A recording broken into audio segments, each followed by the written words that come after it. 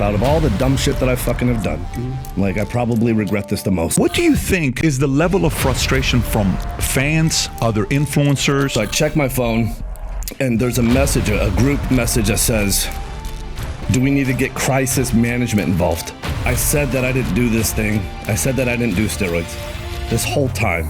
When you say something like this, what do you think upset them the most? I feel that I've been disloyal. I feel like I have betrayed. I think that this is probably the sentiment that I betrayed them. You understand the pain that they would go through. This is what I'm saying. Like, I feel like I let a whole generation down. To look your kids in the eye and to tell them that you've been lying to them. You know, I've never lied to my kids about anything, but I lied to them about this. You see the pain the fan is going to get if they think they can ever be like you. I'm not a good son. I'm not a good brother. I'm not even a good friend. It's like, you know what? I'm good to myself. So let me tell you one thing about America. Here's what America's all about. For whatever reason, Americans fiend seeing a man fall and be publicly humiliated. He says, well, you know what Americans love more? I said, what? All right, so we got a special podcast here for you with a man named Brian Johnson, but you know him as a Liver King, and he's been, he was with a friend of ours earlier today. He's now just flew in from New York to talk about some of the things that's been going on. So with that being said, Brian, thank you for being on the podcast, man. I'm so grateful to be here. You know, normally I get really excited and giddy to get on a podcast to talk about ancestral living, to do some goddamn good in the world, and I know that's not why. Hopefully we get to pepper some of this in. Hopefully we get to talk about We're going to definitely get some of that in as well. Yeah, there's no question about that. But dude, just looking at you right now, you look like an animal, just so you know that. I mean, I've been around bodybuilders for a long time. Your body looks like somebody who's ready to compete. I appreciate it. Yeah. I do. I think as we get more into this podcast, you'll see, for me, it's so much deeper than that. But, you know, I know that I'm here today because I fuck shit up. Yep. You know, I own that, and I know we're going to talk about that. I apologize for that, and I'm really here to talk about it and to move forward. So why don't we start off with that, and then we can get into all the topics that we want to get into. So, you know, about a year ago, maybe even 9 months ago, we start seeing you everywhere. Okay, myself, just like everybody. Hey, did you hear about the Liver King? Did you hear about the liver? Did you hear about? I'm like, wow, what's he talking about? So he talking about liver. You got to eat this, and you got to eat bone marrow. I'm like, dude, that's great. Being Middle Eastern, you know, I've been waiting for somebody to promote liver because nobody likes to eat liver with me. So I'm like, another guy that likes eating liver, and he's not from Iran or he's not Armenian Syrian. So that part of it was great. So, and then, you know, as you're on podcasts, whether it's with whoever it is, you're like, yeah, I don't do steroids, PED. Let me tell you, I did take PED. I'm going to admit to it. And you said the lines that you said. And then came the part from the rest of us. I mean, I've been around bodybuilders for a long time. My dream was to be Mr. Olympia when I was a kid coming out. I went to the military, like that's what I was going to do. And I'm looking at your body, just like everybody else who's in the space, and saying, you know, it's not possible to look like that guy right there. And then the story comes out last week about the stuff that you were taking in an email. If you want to put that up there, Rob, when you see in the email, well, you know, this email and that, this was taken and that was taken and this was taken. And for people that are in the space, they know what those things are. You know it yourself. If you're in the space, you know it. I come from a background where in bodybuilding back in the days, there was the Steroids Bible Edition 1 and the second one and the third one, and they would always change the color. I don't remember back in the days with Bill Phillips from Muscle Media 2000, who was always the guy that would be straight up, and it was very random for people to come out talking about steroids. He was one of the first guys that said, no, I use steroids. Here's what I do. And then Arnold did it. So for me, when I saw you not doing it, the first thing I thought about was the following. There used to be a time 30 years ago, if somebody smoked weed, you're like, oh, that guy smokes weed. He must be a gangster. He must be this. Today, if you smoke weed, nobody gives a shit. Like literally, no one cares. If you go on the street, somebody next to you smoking, oh, that guy's smoking weed. Great. And I think we're getting to a phase where steroids, if a person chooses to do it, for whatever reason they want to do it, there's some studies that say you ought to do it, your TRT levels, your testosterone levels are low, this, that. I think we're getting to a level where it's no longer a big deal. But you kept saying, I'm not, and then boom, this comes out, and the world hears about it. I've heard your video where you talk about this, but maybe share with us, you know, when you first saw this email that came out and the world saw it, what was your immediate reaction when you saw that? And then your mindset when you're making the video to talk to the world who's been thinking you've not been using steroids your entire life. Well, I remember it like it was 5 minutes ago. I was getting ready to go to bed. It's probably 8:30. I just spent some time with my boys, and everything was dark in the house. I'm getting ready to go to bed. Right before I go to bed, I like to just check my phone. Yeah. Make sure there's no emergencies. And there's this pew that I sit at in my house. It's nice and dark. Nobody can actually see me. They walk by, they don't even know I'm there. And so I check my phone, and there's a message, a group message that says, do we need to get crisis management involved? And I'm thinking, oh God, here we go again. Like somebody's overreacting. And so, I'm like, what are we talking about here? So somebody then sends a link to the video. And so I start watching the video. I'm like, I've already seen 5 of these from the same guy. I'm like, okay, here we go again. Who was the guy that you're talking about? The same guy? Derek from More Plates, More Dates has made quite a few videos, right? Gotcha. And so I'm all negative about you? I wouldn't even call him negative. I would call him the truth. Oh, wow. Well, there's one that's totally fucking full of shit. It's about me having ab implants and ab etching. Like, so I will say that's completely not true. So I'm like, okay, big deal. Here's another video, same guy, right? And then so I say, tell me exactly what minute to go to. So then I went to the minute that they told me to go to, and then they start reading the email that I sent. And I said, holy shit, like, I did this. I did this, and I called my wife over. I'm like, wife. She comes over. She sits right next to me. So she doesn't have a name. Wife over here. That's what I said. And wife over We're here. getting primal, bro. You got primal. She comes over, and she starts watching it with me. And I think she could probably feel my heart beating right next to her. And it was going to come out of my chest. And again, like everything on there was true. And I said, okay, like here we are right now. We're here. And so my mindset is, I called Derek, and he didn't answer. So then I sent him a text message. I said, hey, man, thank you. And so then he answered. I said, hey, what's the best way to get in touch with you? He said, I'm free now. So I gave him a call, and I said, thank you for doing this. I don't know what good will come of this, but good, bad, and different, everything in life is good. And I'm going to find a way, to make silver linings from this. And so there's so much good. What was his reaction when you said that? Like, how did he take it? Yeah, well, actually, this is what he says, hello. And I said, how long did it take for you to make this documentary? And he says, a couple of weeks. And I said, holy shit, a couple of weeks. You did a masterful job. Hats off to you. Thank you for doing this. I don't know what good will come, but good will come of this. And he goes, oh, I'm surprised that you're so chill about this. And I said, well, I don't know what you expect me to be. Maybe you expect something else, but, I know that you know this too, but like you can't be grateful and express a life of abundance and also scarcity and contract at the same time. And so this is my attitude. These are my philosophies, my principles that drive me. I'm like, okay, I don't know how we're going to deal with this, but I'm grateful for this. And I'm going to figure my way, into this. Well, I figured my way into it. Now I got to like go through the storm. And so that's my mindset, that's what I'm thinking, And so the way that I came up with the apology video was just like, the kids were going to bed. They went to bed. First thing the next day, I said, hey, I need to talk to you guys. Let's get around the table. So we all got around the table. And really what I said to my kids is almost the same thing on the apology video. Was like, I just looked at them, and this is tough, to look your kids in the eye and to tell them that you've been lying to them. I've never lied to my kids about anything, but I lied to them about this. So I told them, I said, I lied to you guys, and what I did was wrong. Let me tell you what I've lied about. I have taken steroids. I'm on steroids right now. And I can tell you the reasons why I'm going to justify it. You deserve to know, why I've justified it. But what I did was wrong. And I'll never lie to you guys again. And, the reason why I the mind is such a deadly weapon. Because once I got myself into this, I convinced myself that this had nothing to do with my message. I convinced myself that, who the fuck am I cheating? Like, I'm not in a competitive sport. Who am I cheating? And I would say like one of the most hurtful things is, where maybe I did some of the most damage is I convinced myself that the 15-year-old boy, my kids, these guys, they don't need to hear this message. And so there's a whole lot of other things that I'd convinced myself of. But once I'd convinced myself of like these 6 or 7 things, I'm like digging the hole and digging the hole. Now I'm answering DMs. Oh, I don't touch this stuff. Never going to touch this stuff. Don't touch this. Now I'm going on podcasts, and now I'm doing the same thing. And I'm just digging that fucking hole deeper and deeper and deeper, and it's probably the thing that I regret most in my life. Out of all the dumb shit that I fucking have done, like I probably regret this the most. So facing my kids, it was tough, but it's brought us closer together. And another silver lining that I see in this is like my kids have held me in the highest. They think that I'm this infallible character. And so I will say that I am grateful that my kids see me drop to my fucking knees. They see how I'm dealing with this. You know, from day one, I was grateful for it.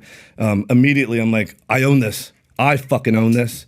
And I'm going to lead myself out of this. And I want you guys to see what ends up happening. I know I'm not rising above this now, but I know in time that will happen. And so that's how I handled that. All right, so today's podcast is sponsored by Aura, Aura.com. I've been talking about these guys a lot. I fully believe everybody needs to take advantage of their service for a couple different reasons. I've been running a financial firm for a long time, and cyber attacks are a real thing. It doesn't just happen to business owners. It happens to individuals quite a lot nowadays. Matter of fact, the number one crime in 2021 that cost the most was $52 billion. It's not home robbery. It used to be number one. Now it's actually cyber attacks. It's people using your password. And this is why we decided to team up and have Aura as one of our sponsors. So these are some of the things that they do for you. Aura is identity theft protection, fraud monitoring, a VPN, password management, and antivirus software, all combined into one easy-to-use app. You may have one of these tools, but not having all of them is like locking the front door, but leaving the back door wide open. Aura monitors a dark web for your emails, password, and social security number and sends alerts right to your phone and email. When it comes to fraud, every second matters. Connect your credit and bank accounts and get notified of any changes up to 4 times faster than Aura's competitors. Look, a couple of our guys already use this service and they noticed their password was being used on the dark web 42 times, one said 44 times. I challenge you to go out there and do the test yourself and see how many times yours is being used. So protect you and yourself from America's fastest growing crime. Try Aura free for 2 weeks and see if any of your or your family's personal information has been compromised. Start your free 14-day trial at aura.com/PBD. Once again, Aura, AURA.com/PBD. You know, I got to tell you, before we went live on the camera, you were talking about how, you know, the life, I live that life a mile away. I live close. I want to do this because I work so hard that I want to spend time with the kids. Your kids are here with you. Your wife's here with you while you're going through this. That says a lot about the character of the family. And anything with family, issues like this, there's not a perfect father in the world. There's not a perfect mother in the world. The best thing I ever was taught about this that lifted a lot of weight off my back of having perfect expectations of my parents was 3 things I learned. A guy one time told me this. It says every kid and a parent, specifically father-son relationship, goes through 3 phases. First, they idolize, which you just used the word, they idolize dad. Then they demonize. I can't believe you did this, Dad, which you haven't gone through. Your sons they have your back. And the last one is humanize. Daddy's a human. He's not a machine. He's not perfect. Okay. So that level of him, and that lifts weight off our back to become looser parent, having fun. You still have high standards and expectation, but I'm not here to be perfect. But let me first of all, thank you for being transparent. I feel the sincerity here from you. A lot more than the video I watch. I think the video is kind of like, dude, what I say, so much pressure. You're like under so much pressure when you look at something like this. So you're trying to say everything, knowing there's going to be, you can't give the perfect message. Specifically, these types of messages, people are going to tear it apart and they're going to say here and there. But a couple of things I want to ask you is, why do you think, why do you think the public was frustrated with the fact, like, how do you think the public has felt? Because you said something. You said your line was, look, before I was rich and anonymous, and then after social media the last year, now I'm rich and famous. Maybe not those words, but in that context, right, that you said. I'm prefacing what you said. And that makes sense. There's power in being low-key and having your own life and just kind of not getting bothered by anybody. You can go anywhere. I was at Beverly Hills Hilton, by the way. My wife's across the street. You're going to Beverly Hills Hilton. We're staying at the same hotel. I'm going to the restaurant. You're walking in. She's like, babe, did you see that guy? I say, yeah, it's just Brian. It's Liver King. He's just walking in there, right? Supposed to 4 weeks ago, 5 weeks ago, you were in L.A., we were in L.A. But people now recognize you everywhere you go. But what do you think is the level of frustration from fans, other influencers, when you say something like this? What do you think upset them the most? The relationship with you and the fan. Fans, when they run up to you, they feel like they've known you. It's kind of like they were just kicking it with you. Yes, it's kind of weird when you talk to a fan. And a fan today is very different than a fan of 20 years ago. The fan of 20 years ago is, you only see that Hollywood celebrity in a movie. So it's like, oh my God, it's Sylvester Stallone. But the fan today is, he watches you every day on a podcast, every day on Instagram, every day on TikTok. It's not just a fan.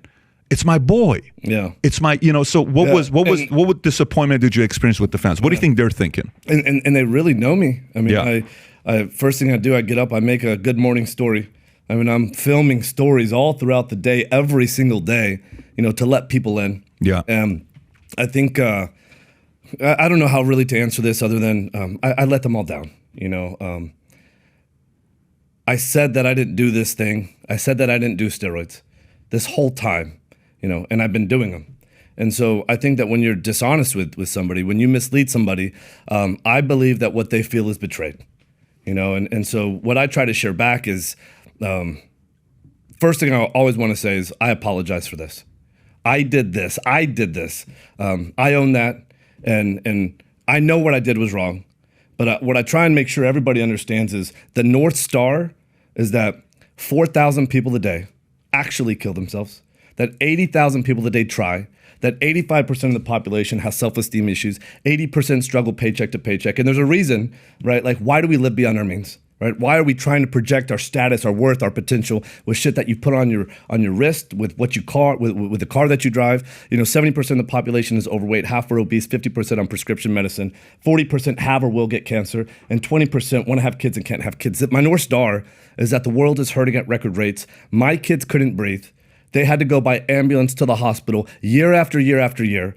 Ancestral living was our salvation. And I know how badly people are hurting, right? So I feel that I've been disloyal. I feel like I have betrayed. I think that this is probably the sentiment that I've betrayed them. And so what I try to share back is I just ask for you to do two things. The facts are the facts, these statistics. I know how desperately people are hurting. And I believe with my heart and soul that there's a better life. It's a simple way of living. It's the ancestral lifestyle. So the sentiment, that I'm getting from a lot of people that I read is, hey man, you let me down. I believed in you. You let me down. I'm actually shocked at the favorable sentiment that, hey, even though you did this, you were man enough to come forward. Here's how you've changed my life. And I'm like, holy shit, man. Like, I just start reading some of these DMs and so many kids, who are living a better life. And I'm like, well, I got to keep doing this. That's a powerful message, by the way. Like everything you just said about being a better person and how much people are struggling in depression. Like if you just stuck with that message, right, and just continued to work out and didn't do steroids, but still looked like a massive fucking caveman animal, wouldn't the message still be as powerful, right? Like why do you need steroids to embrace that message? Yeah, the steroids aren't for the message. The steroids are for me. Somebody asked me, hey, cut all the fucking shit, give it to me in one line. And I don't know if this is one line, but I think what it really boils down to is number one, overtraining, and number two, my self-worth. And so what's required of me to go to bed at night, to look in the mirror and be like, hey man, you're okay. You're worth it. You earned it. You did what you need to do, right, to be your best. For me to sleep okay at night, I have to put myself in the gym twice a day, to kill myself, to crush myself, to destroy myself. And it's at least twice a day. This is what I publicly say. A lot of times I'm getting in there a third or a fourth time, and that's what is required of me, right, to feel like I did it. I don't know if you've ever gotten something that you didn't earn and you could have earned it. Mm-hmm. And if that happens over and over and over. And so for me, this made a big difference. PEDs made a difference for me to allow myself to get into, to maintain 2 of these workouts a day. And the dangerous thing is after PEDs, I'm like, oh shit, I can get in here maybe a third time, maybe a fourth time. And so for the first time today, what I talked about is, okay, well, why do I need to do that? Someone asked me actually the other day, today's the first time I ever talked about it. And I've never dealt with this before. I've never really believed in trying to talk about some of my deep-seated shit in the past. I'm like, you know what? I got a chip on my shoulder. Good. So I started talking about, okay, so why do I need to do that? And so I think what it really harkens back to is my life from when I was 10 to 15 years old was just a fucking hellhole. I was the only one of my kind at school. I was tiny. I was just a tiny kid. I was the only white kid at school. Everyone else spoke Spanish. Everyone was so much bigger. Everyone had body hair except for me. They were a foot taller than me. That explains the beard now. You're just like, fuck it, I'm going all in. I'm bearding it up, man. Thank God. This is you? That's me at 15. Bro, you're not a tiny kid at all. What are you talking about? But he's well, by the way, that's 15, and this is what I'm getting at. And Yeah. so what I'm getting at is every day I'm getting the shit kicked out of me, and I don't fight back not once. People are just punching me, and many just times taking ass whooping? Well, many times I got knocked out, and the bell had already rung, and I got a 5x book bag. Half the time they hit it. Most of the time it was in the trash can. I already fucking know. My book bag's gone. It's probably in the trash can. And then you got to try and figure out what period is it? What class am I supposed to be in? Most of the time you go to the wrong fucking class. And that happened for so many years that I remember I would look in the mirror and I had zero self-worth. I was totally embarrassed. I was humiliated of, like, I became this guy. And I wanted to be anything different except for this fucking guy. I did not want to be this guy. Anyway, so I went through that probably from about 10 to 14, 10 to 15. I'd been working out actually for a little while, but probably around 13, 14, somebody said, "Hey man, you look pretty strong." I'm like, holy shit, really? You think I look strong? And so I doubled down on all that stuff. There's a whole lot more to the story. I don't know if you guys want to hear it, but we do. I actually, because I think they're I do want to hear it, and I want to go through it because I think there's a lot of people that need to hear it who are going through it, and it's a very lonely place. And when you hear these stories about why'd you become a UFC fighter? I got bullied growing up. Why'd you become a boxer? Because I got bullied growing up. Why'd you go do bodybuilding? Because I was sick and tired of people pushing me around. I wanted to intimidate them through my muscles. Why are you so relentless and successful? Because I couldn't stand being bullied, and I didn't see of somebody of value because I was always compared to this kid or that kid. That's very natural to go through that. But by the way, again, I appreciate you being sincere and being straight up, and you're not going to be talking about this a year from now, 2 years from now, 5 years from now. It's just you do it right now. The pain happens. You move on. You go to the next thing, and people are going to leave you alone. One thing about the world I've learned, my dad told me something very interesting when we saw Kobe, the late Kobe, and we're diehard Kobe guys, and we're in LA. So that's like our guy. Like Kobe's my guy, a friend, a guy that I really admired watching. He's an August 23rd, 78 baby. I'm an October 18th, 78 baby. When he came to LA, we grew up with this guy, right? So when he went through some of the stuff, and you saw him fall, my dad would say, let me tell you one thing about America. Here's what America's all about. For whatever reason, Americans fiend seeing a man fall and be publicly humiliated. He says, but you know what Americans love more? I said, what? They love redemption. They love redemption stories. I just got the chills all over my body. He says, they love redemption stories. He says, you may fall one day, don't worry about it. They love redemption in America. It's a good story to be thinking about that because that is the DNA of America. But I want to say something because there's some people that are like, well, why would you have that guy on? Let me tell you what he did. So, why would you do this so much? Look, I've had people that have killed people. You haven't killed anybody. I've had mobsters here. I've had criminals here. I've had FBI guys. I've had CIA guys that are hated. I've had a lot of different people here, okay? What you did is you did steroids and told people you've never done steroids on PBD and GH. Okay, fine, no problem. This is the part that I think I'm going to speak on behalf of the audience. And I think this is what the audience is thinking about. And I'd love to see you address it, and we go from there. So, as a kid, what was most annoying is I'd go to school. I'm a 1.8 GPA guy, and I'm like, screw all of you guys. I failed biology. My teacher, Miss Tiffany, stood me and Shant up, and he says, listen, even if you guys get an A, 100, on the final, you're not getting a D. You can go home. So I'm that guy, right? But you know who the annoying person was in class? Person was like, oh my God, I got a 98 on the test and I didn't even study. It's so crazy. I'm like, holy shit, I must be a dumbass. This person didn't study and got a freaking A. I'm an idiot. I'm like terrible, right? Or the person like, oh, that girl, yeah, I got a girl every day. Oh, these guys, everybody wants to be with me.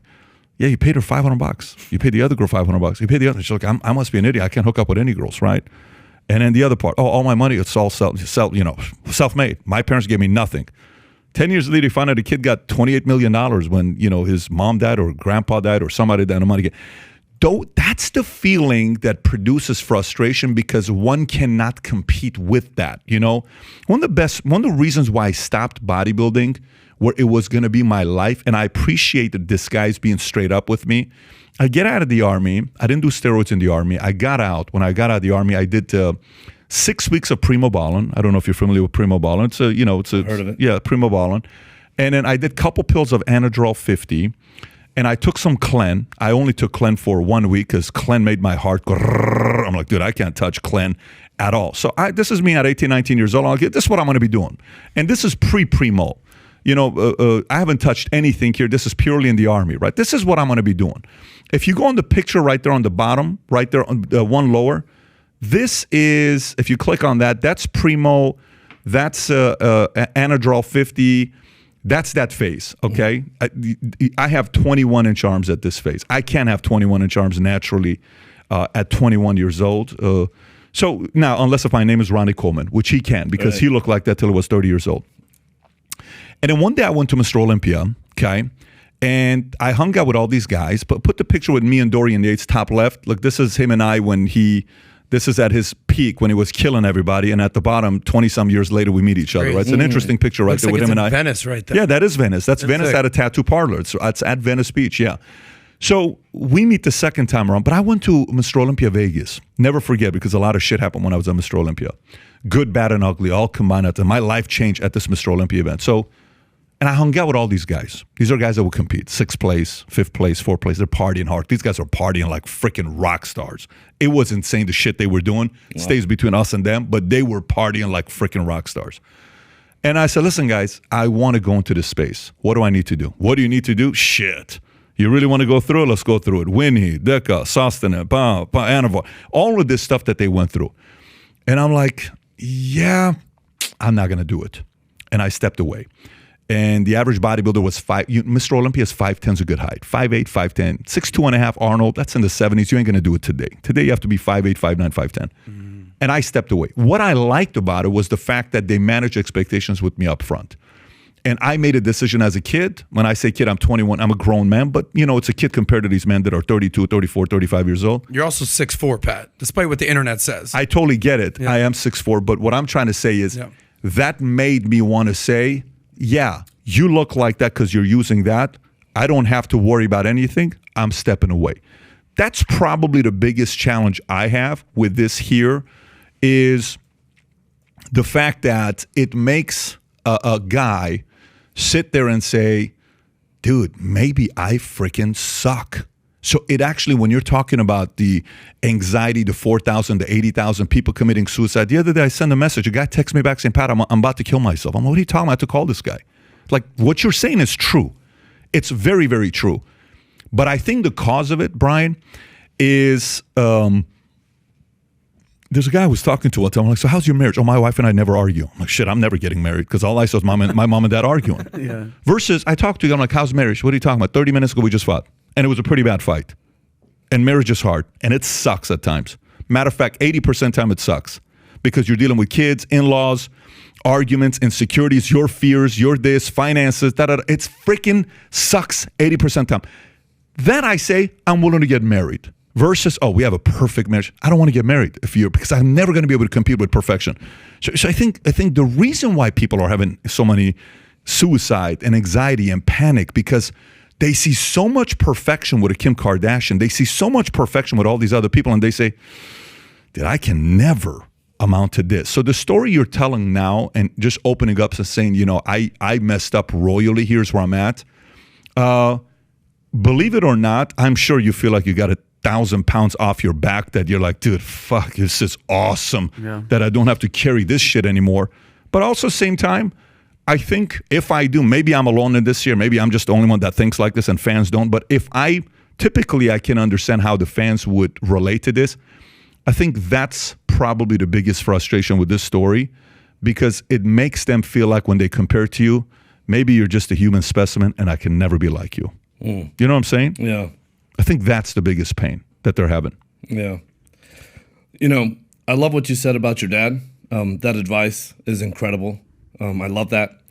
As I was growing up, my dad died before I have a memory of him. I have no memory of him. And I didn't have anybody to put their arm around me, to mentor me. And this is not my excuse, right? But what I will say is I feel like I've had the opportunity to mentor a lot of young men. And I feel like when you say you feel like some weight has been lifted, absolutely I do. But for about 1 fucking minute. Because then on the other shoulder, it's like, well, there's all this other weight. Because now I'm going to face everything that I'm dealing with right now. And now I feel a deeper sense of responsibility and obligation, to say, hey, we have to acknowledge that the world is hurting at record rates. And there's this path forward. And it's a simple solution. It doesn't cost anything. I understand the frustration. It totally makes sense. To me, it doesn't change the path forward. It's like we still, nobody's talking about a lot of these things. It's like I want to forcefully talk about a lot of these things. And then I want to be able to talk about, well, again, there's modern day primitive culture tribes live this way. Our early ancestors live this way. You know, a lot of people actually are talking about it, like Andrew Huberman. Joe Rogan is actually even talking about a lot of this stuff. They're not calling them the 9 ancestral tenets, but they're all talking about sleep. They're all talking about eat. They're all talking about these same things. And so and they're talking about it, you know, in sort of like a disjointed way. You know, so what I'm trying to do is talk about it in a very well-organized, packaged way. Here's what we can do so that we don't live with depression, so that we don't have suicidal ideation. Yes, we have a lot that to measure up to, especially when it's a false expectation. But I believe when you know your roles and goals in life, and I believe when you're making progress with your roles and goals in life, and I believe that because a lot of people are like, okay, like it's this one thing. It's this one thing. It's tough to measure up to the Kim Kardashian. It's tough to measure up to the Liver King. Well, it's so multifactorial. You know how many times somebody's had extreme anxiety and what they've actually had is a nutrient deficiency. Mm-hmm. And so many kids that have been in and out of psychiatric wards, all they've done is start eating liver. I don't give a shit if you're not even buying a supplement, they start eating liver and they've not been back into a psychiatric ward and their anxiety and obsessive compulsive is gone. You know, and once again, it's not just how you eat, it's how you move, it's getting connection with the sun, it's putting down the damn phone, it's the bond, ancestral tenet, it's all 9 of these things. So there's no doubt what you said is true. Setting an expectation that's impossible to meet, this is unfair, right? But it's so much deeper than that, which is why I'll say, you know, it's all 9 ancestral tenets. Once again, I know this, you know, I got to own this. And that's why on the other shoulder, I'm like, fuck, you know, there's even more weight now. Now I have to actually like do a much better job at leading this charge. Yeah, I understand. I just want to make sure that you see the pain the fan is going to get if they think they can never be like you. These 9 tenets, I agree with every one of them. Sleep, eat, move, shield, connect, cold, sun, fight, bond. You saw what O'Malley said. He says, it sucks that this is happening because this is actually an effective philosophy. Like what this is solid. You know, the steroids being not disclosed, no, I'm fully natural, I'm this, I'm that. This, unfortunately, taints this a little bit. Right. This has a lot of credibility. What you're saying here is, who's debating this? There's a bunch of people that are talking about this. But I think it's just understanding that the fan is sitting there saying, I can never be like this guy. I was having a conversation with my kid. I get it. I was that from 10, 11, 12, 13, 14, 15. I could never be like anybody around me. I could never measure up to that. So then you understand the pain that they would This go is through. what I'm saying. Like, I feel like I let a whole generation down. Perfect. Yeah. Liver King, how long have you been using steroids? Since I was 40. And how old are you now? 44. So for the last 4 years, you've been using steroids. And at age 40, how massive were you at that point? I probably weighed 180. And you're what now? 195. All right, so you've come clean. You feel good. Truth shall set you free, right? Everything that Pat's dad said, Gabriel's signature's right there. He's the wisest man I know. Do you think you'll still continue to use steroids? You know, I believe so deeply in this message that I'm not going to do it anymore. But why? It feels like, hear me out. You did it. You enjoyed doing it, clearly, because, I mean, it made you feel better. It helped you with your self-esteem. You looked better, you know, all the positives that came with steroids. You've admitted it. Why don't you say, yeah, I've been using steroids. I'm sorry I lied to you guys. But if you use steroids now, do you think that would ruin your entire message? Why not just continue if you enjoy it?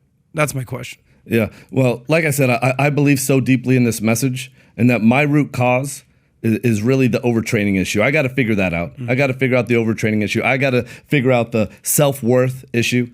But I do believe I can come off of steroids. I'm on testosterone and growth hormone. Okay. Right. And I'm on 0.6 cc's. I don't know if you know what that means. Not a lot. It's Not a lot. And so some of the guys I've talked to, they're like, I don't know what that's doing for you, actually. I have no doubt that the growth hormone has helped significantly. How addictive are steroids? Like I have friends that, look, they've been partying. They got alcohol issues. There's people with, you know, drug issues, pill popping, heroin. You hear these crazy stories about it's hard for me to get off. Cigarette smokers, all the above. Are steroids addictive? How addictive are they? I don't know. I've not come off, you know. So I've not come off of testosterone. It's been a low dose of testosterone for this amount of time. I've been on growth hormone for a year and a couple of months, and so in terms of the addiction, I don't know. So what I'm going to do, this whole thing was an experiment, to go on it. I found a pretty profound difference in it. And so now it's my time to see, okay, what the fuck can I do not taking them at all? And hopefully be able to share that story. That's gonna be I was gonna say that's gonna be a dope journey, just showing everybody, because all the the Heart and Soil, I'm saying I'm a huge fan. I use it. I even told Pat earlier, I have grass fed, grass finished, frozen liver. I eat that almost every day, just not too much, but like a couple ounces, and just the brain and everything. I think it's gonna be it'd be a cool transformation to show everybody and bring everybody to that journey. Because like Pat said, you mess up, everybody has secrets. He has them, everybody in this building has them.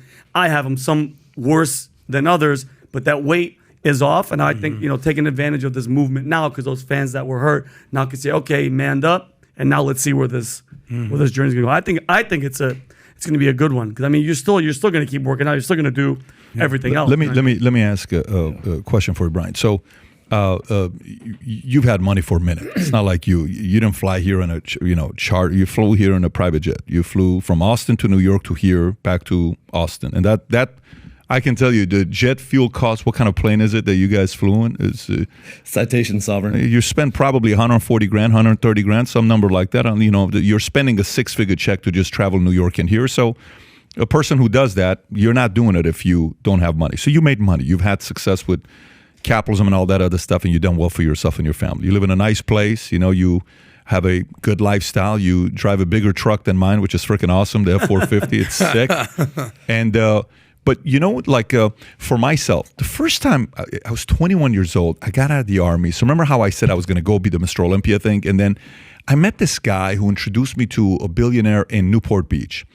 And he started a company, and I started working with this guy. He was one of the guys that started shopping.com and sold it to Alta Vista for $331. He's living in a $35 million home at the time, 99. His home just sold for $65 million. It's the sickest house in Newport. It's beautiful. I wanted to buy it, but I didn't want to move back to Newport Beach. Anyways, so I started hanging out with this guy. Every Sunday, I'm entertaining people on his yacht. So I'd go to Balboa Club, whatever it is in Newport. I would fill it up with 60 people and drink champagne and shrimp and hey Patrick, but David, let me tell you guys a story about what we got going on here. That's the house, that's the founder, that's the this, that's the that. And next thing you know, I'm making money at 21. And I'm going to Vegas every other weekend, partying my ass off. And my ego's getting bigger and bigger and bigger and bigger and bigger. And you cross the line from being confident to arrogant to untouchable to nobody can tell you shit. And then, boom, everything falls and I lose it all. Girl, finances, debt, the car, everything's gone. And I'm by myself. And at this point, I'm trying to find the smallest hole in the wall to go hide so nobody can see me. And the hole for me was going back into the Army. I was going to escape here to just get the hell away from everybody. I didn't want to deal with anybody. I would go to the clubs. I'd say, hey, so where is your car at? Where are you with Mr. Millionaire showing up on your Ford Focus, $228 a month payment I got from Galpin Ford. And shout out to Jaime Godina for selling it to me. I think he's at Galpin Honda right now. I bought a bunch of cars from this guy. I love that you're giving him a shout. He's a freaking great salesperson. Great sale. I wish I'm going to bring him one day to tell the story of when he sold me the car and how broke I was. How many times we stayed till midnight until I could get the freaking credit approved to get this car because my credit score was 500 to get this Ford Focus. Good so guy. I pull up to the car. Club, hey, where the $1 million at, right? I'm like, oh man, I got to get the hell out of here. I'm so sick and tired of these bullshit questions. I'm going to go back to the Army. And then the benefit I had people that sat me down and called my ass out. And let me tell you, dude, there's nothing more annoying than that. Like you want to slap these people upside the head and say, who the hell are you to talk? Do you know who I am? But you sit there and you take it and you're like, oh, shit. So you then go home and maybe you don't call you out on what? On everything, dude, everything. You thought you were better than us. You thought you were this. You thought you were smart. You thought you know everything you were doing. Just pure arrogance that happened at 21, 22. So the best thing that happened to me is I fell very early. Then I realized I need people way ahead of me in life that as good as I'm doing, these guys are going to make me feel small. There's a power to having people around you that make you feel like, relax, bro, you're okay. You're not hot shit as you think you are, right? So do you have those types of people in your life that, when sometimes You're going through to say, dude, listen, behind closed doors, hey, Brian, let's relax. This Liver King shit, I get it. You're just Brian, bro. Kick it. You know, when I play dominoes with you, I'll whoop your ass. So you ain't that. And I know your fears. I know your insecurities. Like, do you have those types of people in your life? And if you do, who are some of these guys? Yeah, I have a couple of guys like that. My wife and I went through a 10-year stint where we failed over and over and over. It was like we stuck with something far longer than we should have. And this is my advice to a lot of entrepreneurs is get in there, take massive action, you know, fail fast, fail early, because if you can do that in your 20s, I mean, what a gift that is. And I'm like, you know what, I'm never going back to that again. And when my wife retired, you know, she was like, hey, listen, I'm going to go and I'm going to be a stay-at-home mom. And now you're going to figure all this other stuff out. And I'm like, okay, cool. You know, I'm going to figure this out. And I knew that I would never go back to a brick and mortar that was open Monday through Friday from 8 to whatever. I'm like, okay, what's open 24/7, 365? How can I sell on 55 continents? 55 continents. 55 It's a lot of continents. You're like Elon Musk. You go to other planets. So I would say that I got a couple of guys around me that are way smarter than me, that do call me out on my shit. And I couldn't be more grateful for them. You know, what one of them told me a long time ago, because we had gotten into business with somebody and you know, before going into business with somebody, like, you don't have to ask anybody anything. You just do whatever you want to do. You're the owner, right? And then I went into business with somebody, and I no longer could really just serve the mission that I had. And I said, you know what? I'm never doing that again. You know, I'm never going to have a business partner ever again. And then I got to know some guys that were way better than me, that I needed to have around me. So that, you know, I think you've heard this before, but it's like, you know, if you want to go fast, go alone. If you want to go far, go together. And you can go fast and far, I believe, if you have a tribe of true believers. And so I got a couple of guys around me that are way better than me, you know, that do level me up, that I do look to them. But here's the thing, that this thing, I've locked this inside. You know, I've not shared this, you know, with them. And they've had their suspicions. They've asked me in the past. And I've just kind of brushed it aside. And I've always just, hey, what are you doing? What are you taking? Look at the way you look, you know? And so that wasn't fair to them. But I will say that I mean, there's no way that I would have any of the success that I've had financially without this team, without these guys that have made me better. You know, we had President Bush at an event 2 years ago, whatever, 3 years ago. I don't remember. It was 2019. 2019, yeah. And when I announced him, people were very upset. Why would you bring him here? Do you understand what happened with 9/11? I can't believe this. You know, we're running an insurance agency. Half are Democrats, half are Republicans, right? So it's not like, and there's a percentage that could give a shit about politics. But no matter who it is, they don't remember good things about what media said about President Bush. And he got up, and I'm interviewing him. And he starts talking about, yeah, one day, let me tell you, I'm at the house. And I realized for 5 years, my kids are aging. And all I'm doing is drinking every night when I'm coming home. I'm like, what are you doing? I took all the alcohol and I went to the bathroom and I dropped it, put it on the, flushed the toilet. I was like, I'm done. And then from there, I cleared my life. And next, you know, governor, president, all this stuff. You know, at the end of it, bro, as crazy as it sounds, you know, I don't know if history's going to say this guy's one of the greatest presidents of all time. I don't know if they're going to say that about he's one of the greatest of all time. But I do think history's going to say, I like this guy. He's not going to be on the top 10 list. But he's going to be on the list of, what a cool guy. You know, he's never trashed Trump. He's never trashed Obama. And Obama trashed Trump. Obama trashed him. Trump trashed Obama. Trump trashed him. And he just sat on the back. He's like, yeah, just spend time with my family. So he redeemed himself, and the world is not. People who would never have him on the show, they're having him on their show. Like, I like this guy. So I do think there's a opportunity we all go through with this part. When, you know, we sometimes go through it. I just think it's important to have the right people in your life. So, by the way, when Adam asked the question... I'm looking for more of them, by the way. You know, when we were driving over here today, I said, you guys, Stryker Ratter in the backseat, I said, you guys know that we have the opportunity today to meet respective giants in their field. Look at who we met this morning. Look at who we're about to meet right now. You better give a firm handshake. You better look them in the eye. I'm telling this to your boys. I'm telling this to my boys, and I'm saying, you realize this is why you're here. You realize what you're going to learn. That's big. When you're with me, yeah. And you get to study the best in the world because of what we get to do right now. You guys pay attention to this kind of stuff. Pay attention to how PBD asks questions. Pay attention to everyone that you're meeting right now. And so I guess I'll just say, I mean, this is part of my hope and goal right now is to be able to shake your hand today and to be able to have you in my network, somebody that I can look up to, somebody that's far better than me, that's achieved so much more than me, that can make me better. I respect that. And bro, let me tell you, last week Andrew Schultz cornered me. I didn't appreciate it. I wanted to fight him. But I had your back. He's a We're bully. looking for you, Schultz. Don't anybody fool you. He's a bully. Come to Andrew, if you're watching this, you're a bully. You know who you are. So But when he's a bully, he's so cool. He's like, Yeah, he almost fell out of the chair. let me tell He's you the this. coolest bully on the campus. cool So dude, he corners me and he's asking this question: do you have any aspirations, politics, whatever? Why not? All this other stuff. And I say, listen, life is very weird. You don't know what role you're playing. Okay, you may be going through this, and you're training those two boys, and one of them's going to be a president. You don't even know it yet. It may take you 40 years to realize, holy shit, that's why God put. Man, how freaking weird is that? Yeah. And the issue today in 30 years, guess how big it is? Like this, Yeah. right? It's so weird how life works. I'm gonna tell you a crazy story about my dad, and then we can transition into some other things. My dad never talked about his dad. I never met my grandpa, my dad's dad. Always respect. My dad will never say anything bad about his family. Super protect. Even if they're wrong, he'll never say they were wrong.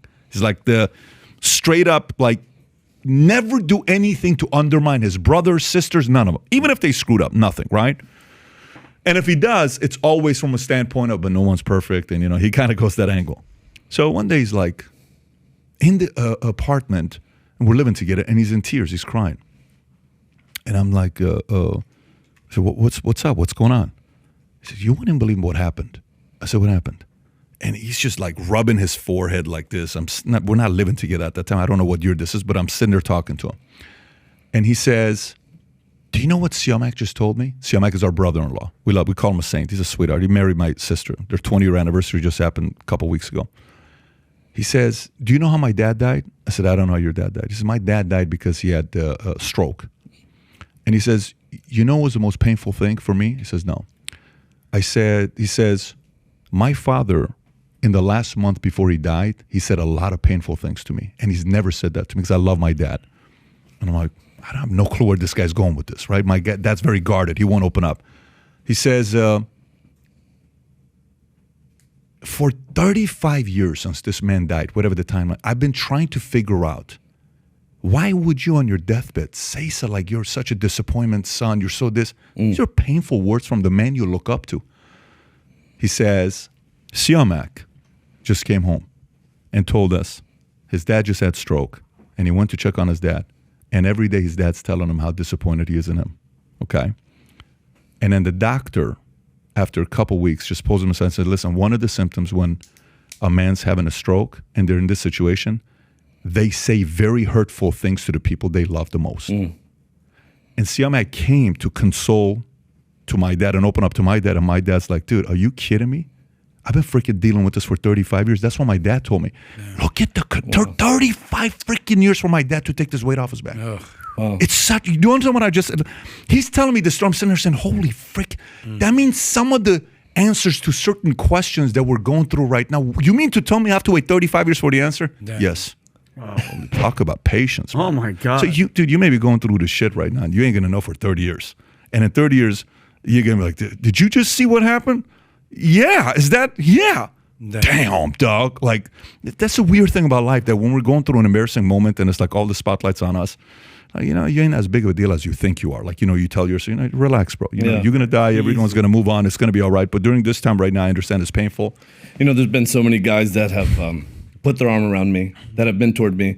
And there's one gentleman in particular who said, that your kids needed to see this.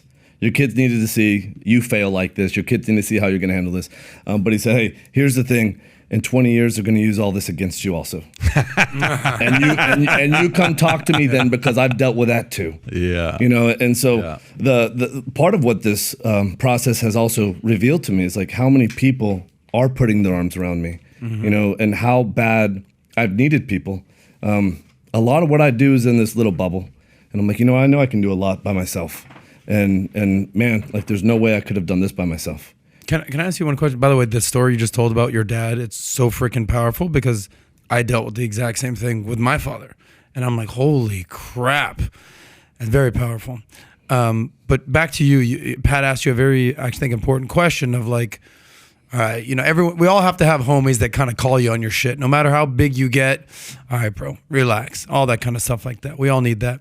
My question is, what role was your wife in this situation? Because she came in, very sweet lady, introduced herself. She says, "Hi, I'm the liver queen." Yeah. I go, "Oh, damn, the queen's in the house." So I'm assuming she must have known what you were doing. That's my assumption. I'll let you answer that, obviously. Yeah. Let me say two things about that, because earlier when you're like, okay, who do you have around you that's better than you?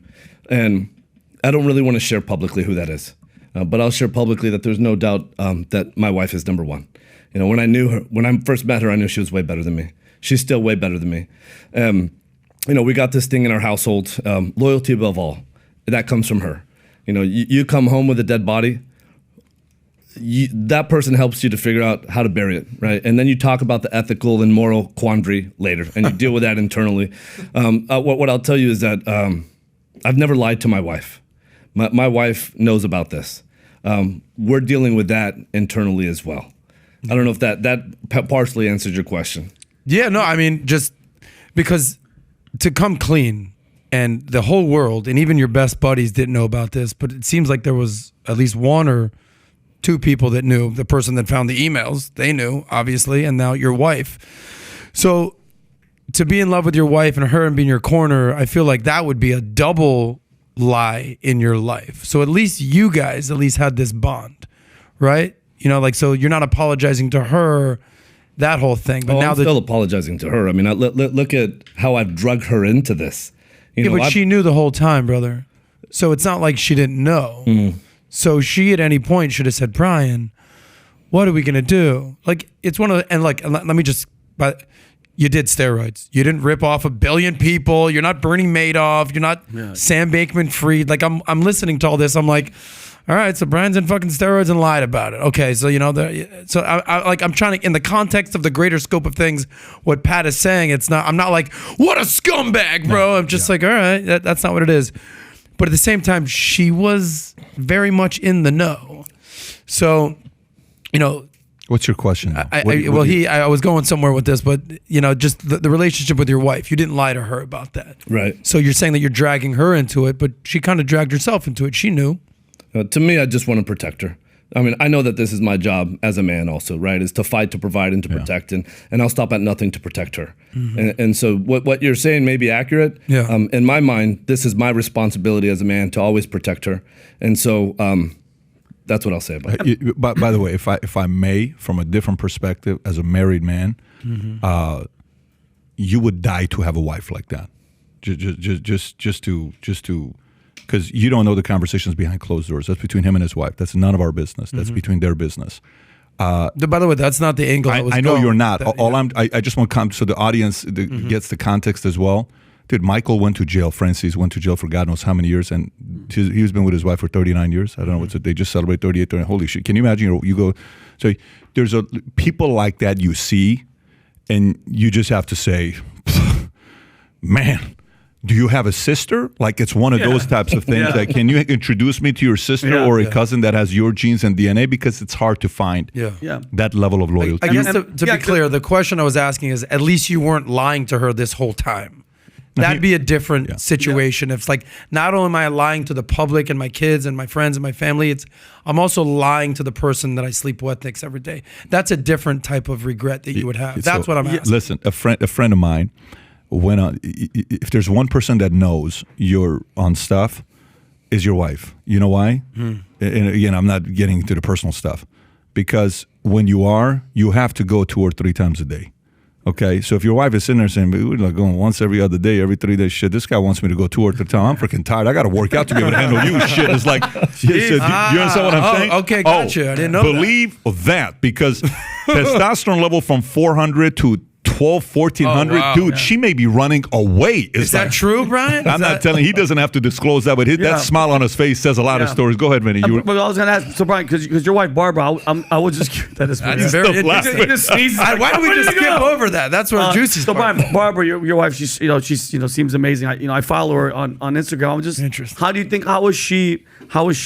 What's the backlash to her? Because I'm pretty sure. Because I know how people are and shit talkers, and how's she dealing with? I'm pretty sure people are hitting her up and like, I can't believe your husband. Like, how is she going through, and how is it affecting her? You know, I don't know. She says it all in her eyes. Yeah. You know, I mean, the way that she looks at me, the support that she gives me in her eyes, you know, like the way she puts her arm around me, the affection that she shows me, the physical love that she shows to me. You know, we have just such a healthy perspective on hate. You know, what we've always said and what we teach our kids, and my wife and I, this is all like our principles, our philosophies that govern all of these actions, right? Is that when you hear a word, like these are just vibrations that enter your ear, and it's up to your brain to assign meaning to it. Right. And so if you hear hate, if you read hate, it's the same thing. It's your brain that assigns meaning to it. And so the meaning that we automatically assign is these people are suffering and struggling and hurting and hating the most. The language that they speak in is hate. So we got to do our jobs, you know, even more now. It's like so like if we read hate, it's like it's not like we perceive it as something negative. It's like, okay, we got a job to do. Look at how badly people are hurting. And so, I don't know, my wife is, I think we're both very similar, like with these attitudes. It's like, it's a silver linings kind of attitude. Did you get that from the 4 Agreements, by the way? No. Ever read that? No. Where they say don't take anything personally? Yeah, It's just a reflection of what these people are thinking? When somebody's No, talking no. crap and they're just going at you, it's almost like you have to stop and tell yourself, like, wow, what's really going on with that person? You know what? They're built up so much. When I started my first company, every email was like this, you know, and it was like, holy shit, you know, like you just have to realize how bad they're suffering. And if you understand how bad they're suffering, you can help them. Right, because I mean, you know, like the natural inclination is, okay, am I going to fight back? Yep. You know, they were coming to you because they were suffering with something in the first place. You have an opportunity to guide them to a better life. Everything that we say to each other is a metaphor for something, right? The only way that metaphor makes sense is when we process it and assign meaning to it. And if you always give, you know, the illusion of hate the benefit of the doubt, it's like, you know, I spoke in the hate language. You know, like after 10, 11, 12, 13, I started to keep a list of people that if I could get a gun, these guys wouldn't exist anymore. And so I know how to speak, and I know what that means. You know, I know where it's coming from. It's coming from a place of deep fucking hurt. And so the second that either of us see that, you know, it's like, well, you know, we feel pretty decent about ourselves. Like we know they're not actually trying to attack us. What they're really doing is they're speaking their own language, and we need to help them. I would just say my wife has just been, she celebrated her 50th birthday a couple days ago. Oh, happy birthday. And we were having this dinner. She's 50. Yeah. Your wife that just walked in is 50. Yeah. She's 50. She looks fantastic. Wow. Yeah, she's I want what she's on. She's 49 right there. That's great. Respect. And here's the thing: we're going around the table and we're sharing wins. Just, you know, one of the great things that happened previously on that day, and so then I looked over at her. It's my turn, and I'm like, you know, I just got really choked up, and all I could really say was, "I love you." But it's because of the way that she spent, you know, this last week, like because of how badly I needed her. And I never said, hey, I need you, you know, but like she knows. And what she's given me, the strength and the support that she's given me, you know, to face this and to do this, you know, there's no way I could do this without her. That's awesome. How long you guys been together? 18 years. Respect. Awesome. By the way, you know, one of the things that I love, a topic that's doing very well right now, and a lot of people are talking about this topic is, you know, being stronger men and, you know, all this, you know, what's the... Toxic masculinity. I actually think it's great the fact that this topic is out there and it's getting men to realize, hey, I got to stop being a pansy and I got to stop. I just got a call today on the way here from Robert Kiyosaki, and we're talking about the most interesting topic. He called me to just tell me, hey, I just want to tell you, man, I watch this, and I want to remind you the role that we played, and we always joke about being a wartime leader during COVID. Him and I would talk all the time. But, you know, talk about how, at least for you, what was it like, you know, the consequences of a missing father figure? You're like, I don't even know what it is to be raised with a father figure. Sometimes we don't talk about that enough. We talk about, oh, let me tell you what that kid did. Let me tell you the role of a father plays in a man's life and what it looks like if he's not there. Yeah. So what were some of the things, like, you know, where you're like, I came home one day and I needed to talk to a man, not my mom. A man wasn't there. I came home with, What were some of those events during that time that impacted your life? Man, this is like a Tarantino movie. What I was saying earlier in my 10 to 15-year-old days where I just got pushed and beat up and I never stood up for myself. There's this new kid, Chuck, who came to school, another white kid like me. I'm like, I'm going to make friends with this guy. But from day one, he was getting in fights, but he was fighting back and blood was everywhere. You know, I'm like, fuck, you know, like maybe I could still make friends. And I made friends with him. And then when they knew that he was going to fight back, he made friends with them. And so I no longer had a friend, and they said something about me that he no longer wanted to be my friend. So he comes out into the courtyard, and he starts pushing me, and I'm walking back, and now there's 30 people, there's a big fucking crowd. Yeah. And, anyways, I tripped over a planter, and I fell on my ass, and I said, you don't want to fight me. I'm a fucking pussy, you know, and I believe that. And here's the thing, you know, like, again, so I go home and I do the same thing. I'm like, you know, I wish I had somebody to talk to about this. You know, but it was the same conversation I had with myself in the mirror. Like, you're a fucking piece of shit. You're worthless. You know, what are you going to do to change your life? This big thing happened that changed my life. Not too long after that, this kid, Chris Rivera, wanted to pick a fight with me. If he got in this fight, he would join this gang. And so they tell me, hey, there's this fight that you need to be in. And when I say they tell me, my brother, I have an older brother, and his friend Justin, and Justin's mom was around. And they said, you need to be in this fight. And I'm like, what? I've never been in a fight. I've never thrown a punch back. I wish I had the dad that said, hey, listen, it doesn't matter if you get the shit handed to you. You need to stand up for yourself. You need to fight. You need to do this thing for yourself.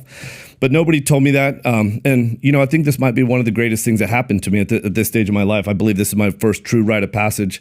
What ends up happening is Justin's mom says, you need to fight because you're strong. And then Justin said that too, and my brother said that. I'm like, what the fuck are you talking? Do you even know who I am? Do you know, what I'm thinking? Anyways, they convinced me to do it. She drove me to the fight. Oh, wow. She drove me to the fight. Your friend's mom? In the van. Oh, Sam. In the van. Gangster. And speaking of gangster, I mean, his gang was behind him.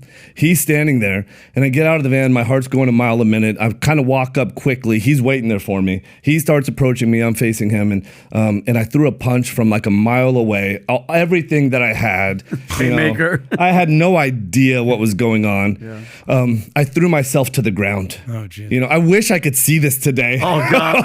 No. And comment on it. Oh my God! Yeah. If you could see this again, I know it came from a mile away. Yeah. I know I gave it every fucking thing that I had. Yeah. You know, and so I threw myself on the ground so hard I could have knocked myself out probably. Oh, God, that's hilarious. And this guy Chris comes up to kick me because I'm on the ground, and I was able to catch his foot. I was able to get a hold of his legs. I was able to feel how strong I was, and I manhandled him. That's awesome. And I put him on the ground.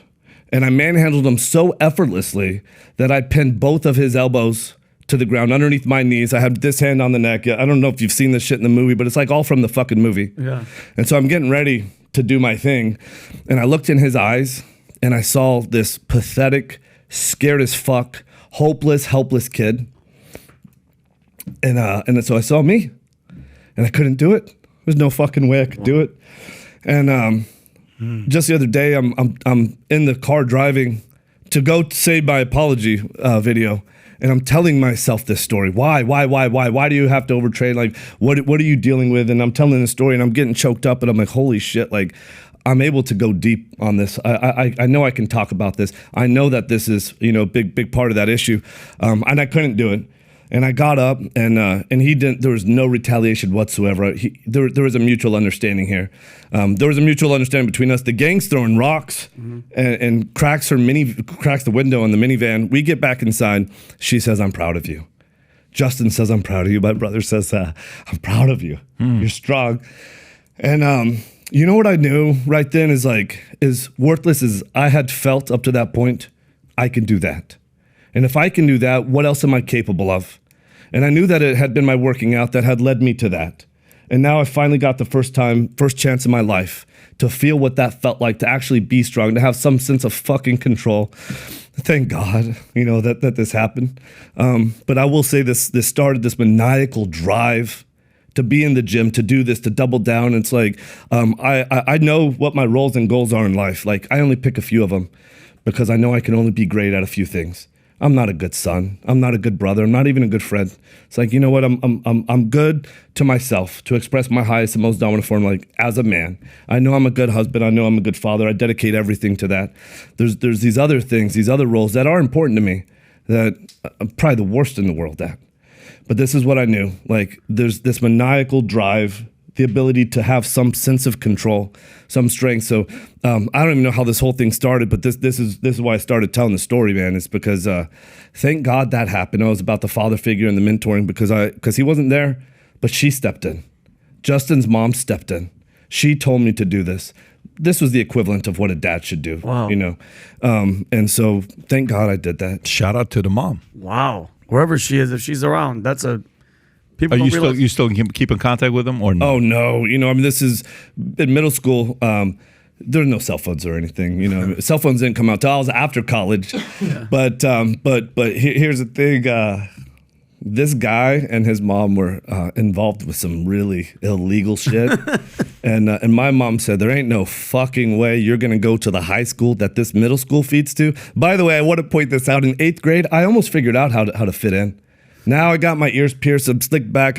Now I finally have some hand-me-downs from one of my mom's boyfriends where I'm kind of figuring this out. Then my mom says, you ain't gonna be friends with this guy anymore. We're moving over here, and it doesn't even matter if we have the same phone number, which she changed the number anyways. Like there's no more connection. And this was one guy that I had started to gain respect from, and I couldn't believe she was gonna take my friend away. I had just figured out how to kind of fit in. She moves me to an all-Caucasian school now. Now I don't look like anybody again. Because now I got my hair slicked back. I'm wearing baggy pants. Everybody has short hair. Everybody's an athlete. Everyone's wearing these like kicker, tight jeans and boots. I got to do it all over again. And once again, like these are all gifts. Like I went through that. And a big part of what I try and challenge myself to figure out with my own boys is how do I put these kind of challenges? Not I would never wish this upon anybody what I went through, but I know I got to make life hard for them, and so I got to figure out well, how do I do that and not burn a bridge? How do we not go too far? So I would say like that's probably just a classic opportunity. Like she was like my dad, and she mentored me, and I think she changed the trajectory of my life in that minute. By the way, were you ever in the military or no? No. You've never been in the military? Okay. Yeah, you talk like a guy that was. You talk like a guy that either had a very strong male example in your life, or you were in the military where you were around others. My dad was everybody was in the military. Yeah. Except for, I was supposed to go into the military. I mean, absolutely everybody. I was raised on bases. I was born in Ceiba, Puerto Rico, on a base. I mean, it's nothing but bases. So I don't know. Maybe that has something to do with it. With the military side? Yeah. Yeah, that's cool. And then why didn't you join if everybody else was in the military? My mom chose my curriculum for me. And so she had me study biochemistry and things to become a doctor. Anyways, at one point I'm like, I figured out my mom chose almost everything for me. And I'm like, why am I doing this? I had no idea. I said, I'm not going to go do that. And there's not a whole lot of things you can do with that degree also. So I went to go work for a pharmaceutical company for a while. And so anyways, but I after seeing Top Gun, I was like, oh, that's what I'm going to do. And when I would go train, I would go and I would train and I would just replay, oh, I'm going to drive that motorcycle. I'm going to fly that jet, But I took a different path late in the game. Mm-hmm. And where's your brother these days? Well, how many years older is he than you? He's about 1.5 years.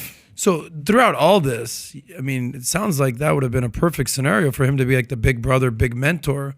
But it sounds like he wasn't involved whatsoever. So what was that dynamic? I'll just say my brother got mixed up in drugs. Got it. I'm sorry to hear that.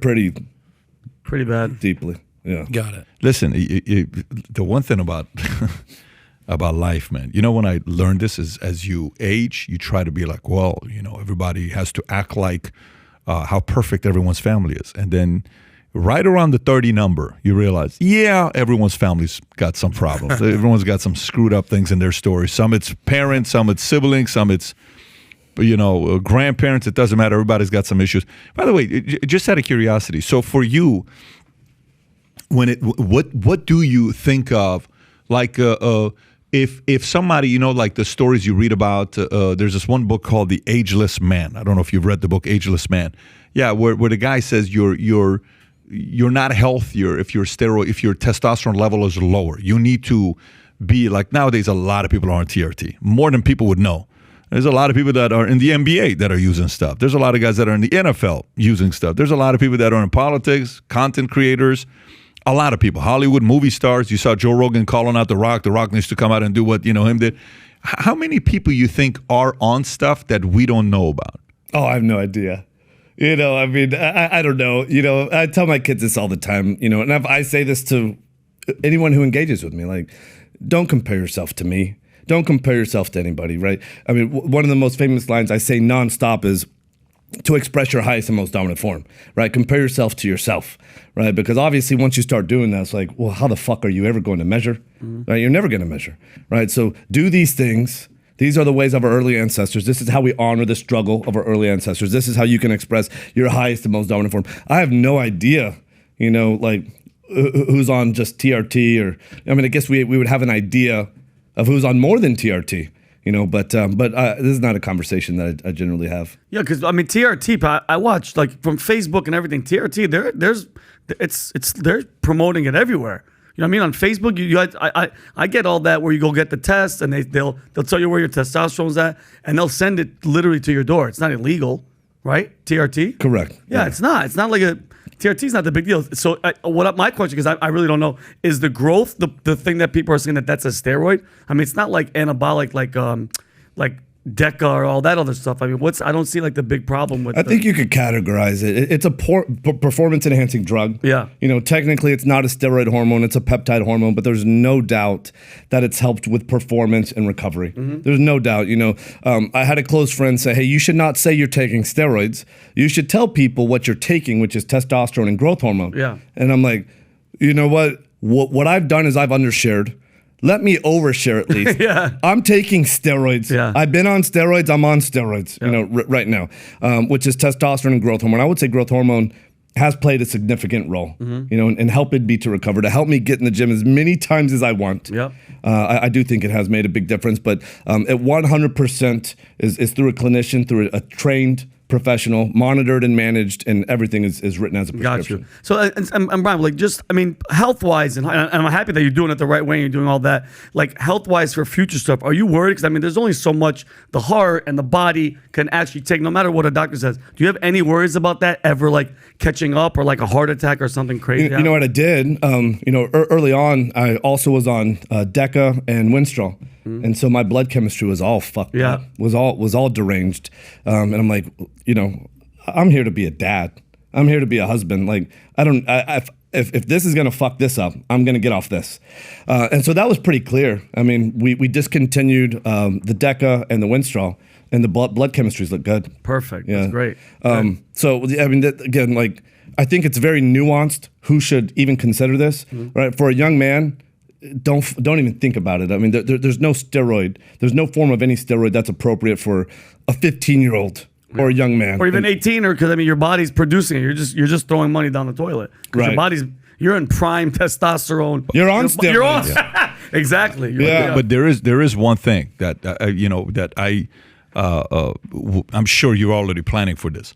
When Adam asked, you're going to continue, like, I've made a decision, I'm going to get off of it.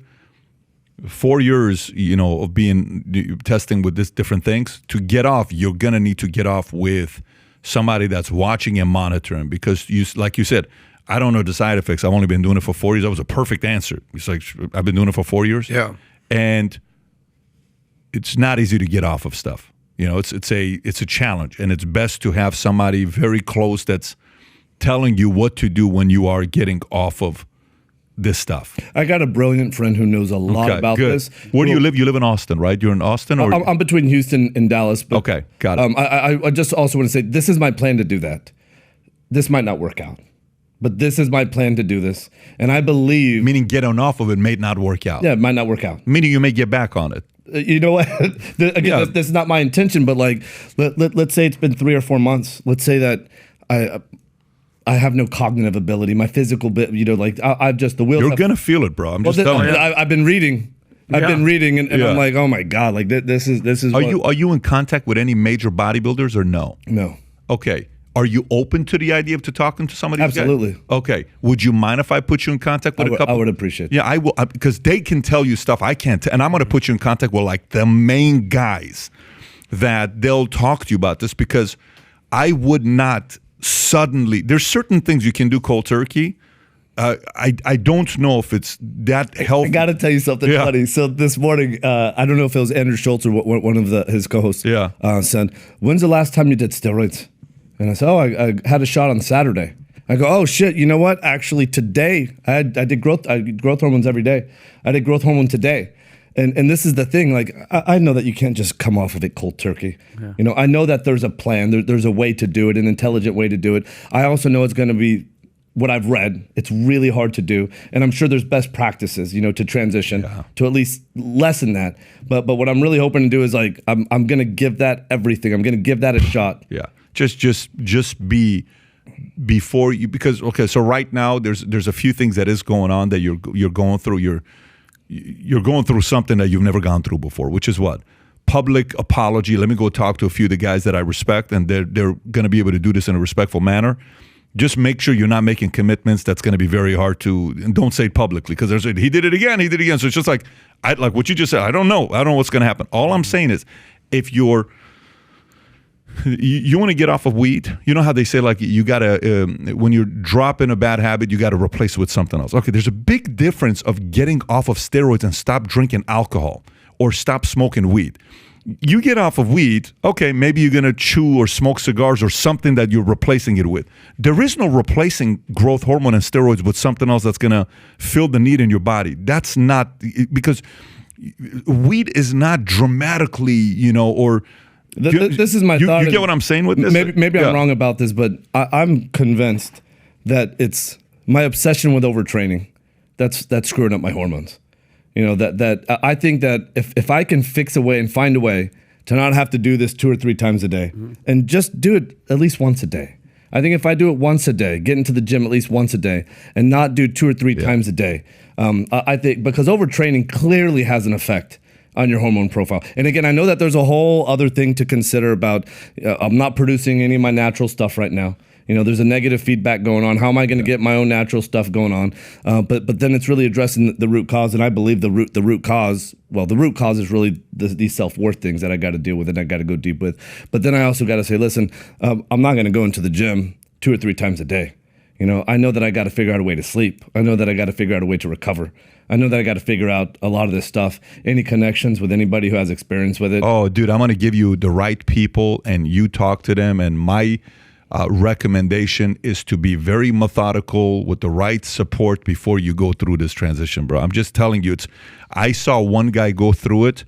You want to talk about like hardcore anxiety, like emotional breakdown, depression. It's not. It's a serious thing. So this is not something you go sudden cold turkey. And there's certain things you've read about all this stuff, how to naturally increase your testosterone level, deadlift, squats, all this stuff. There's certain things you eat to naturally also increase. But you're going to go through it. You're going to go through it. It's a thing. But with the right support and the right counsel, you're going to go through it. It's going to be fine. You know what I'm saying? So. Brian, I just kind of want to lighten the mood for a sec. It's kind of cold in here, by the way. It's freezing. Dude, how often do you see me wearing a sweater? Yeah, we're wearing sweaters. My nipples. Meanwhile, you're hard. out here chest out, abs chiseled. chilling. Are you not chilly whatsoever? I'm sweating, you know. How are you sweating right now? I've always been like this. I've always been like this in my 20s and my 30s. I don't know what it is. You know, but the benefit is when it's really cold outside, I usually do pretty good. You're chilling. But any other time, you know, like I asked my guys, hey, is there any way you can get in touch with him? Is there any way you can ask him to lower the AC just a little bit? Yeah, we did. We're all paying the price. By the way, when's the last time you wore a shirt? I was just gonna ask that. Yeah. like so Brian, if somebody's like, Brian, wedding, are you just like, I'll wear a bow tie, I'm not wearing a goddamn shirt? You know, normally it's just really sorry. Can't come to your wedding. Oh, really? And because they're like, take it or leave it, brother.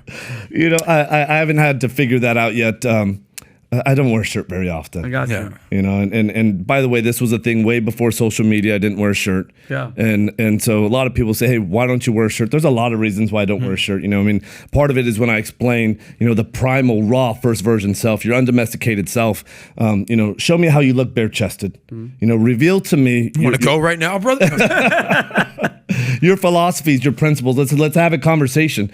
You know, obviously, how we look bare chested doesn't say everything about us, but it says something, right, about us. And I didn't wear a shirt before social, and so I decided I'm not putting on a shirt after social. You know, a lot of people actually, through all this stuff happening, try to say, hey, here's how you should say your apology, and you should put a shirt on. Nah, you're like, no way. I'll do the apology, bro. There's no shirt that's coming on here. That's not happening. So, Brian, how hard is it for like going out or like going to like a restaurant or something? Like, do you deal with that, or do they recognize you and they're like, yo, it's a Liver King. Get him a goddamn table. No, I assume you put a shirt on when you go to a restaurant. It's pretty nice. I don't. He doesn't. He's in Texas. He's in Texas, But, bro. but you know what? Straight up. We make a video of it, and there's like a 5-star restaurant. People are wearing suits and ties. It's all nice, and you have me dropping down at the dinner table doing max effort push-ups, my simulated hunt before I eat, looking like a caveman. I love it. You know, and so then we make a small video out of it, and so thank God, you know, I have a great team that calls ahead of time and says, hey, here's what's going to happen. You know, if there's not a private room, you know, Hook us up. Yeah, they just awesome. agree to it. What did this whole mindset, these 9 tenets, like what's the inspiration behind all of this? Yeah, I think I alluded to this earlier. My real why in the world is my kids couldn't breathe. They were allergic to everything, dust, dogs, food, you name it.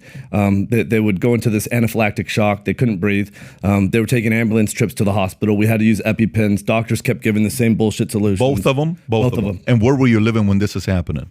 Same place you are right now? No, not same place, in the city. We were living in the city. Okay. Yeah, right in the middle of the city. And it was more EpiPen, more Benadryl, more allergy shots. Same thing kept happening. And what we realized is, you know, we have the extreme issues where they would have to go to the hospital, but if you really paid attention, they hardly ever could just take a deep breath. They were always having issues breathing. They always had these bags around their eyes. You don't really notice it because this is your everyday, right? And, you know, one day I'm like, you know what, enough is enough. I'm not giving that to them anymore. You couldn't go anywhere. I mean, they were allergic to our own dog. They might go to a friend's house, and you got to have like your whole rescue kit, emergency plan, exit strategy. You got to tell everybody around, here's what you got to do. I'm like, man, you can't raise your kids like that. Like, this is your job as a dad to figure this out.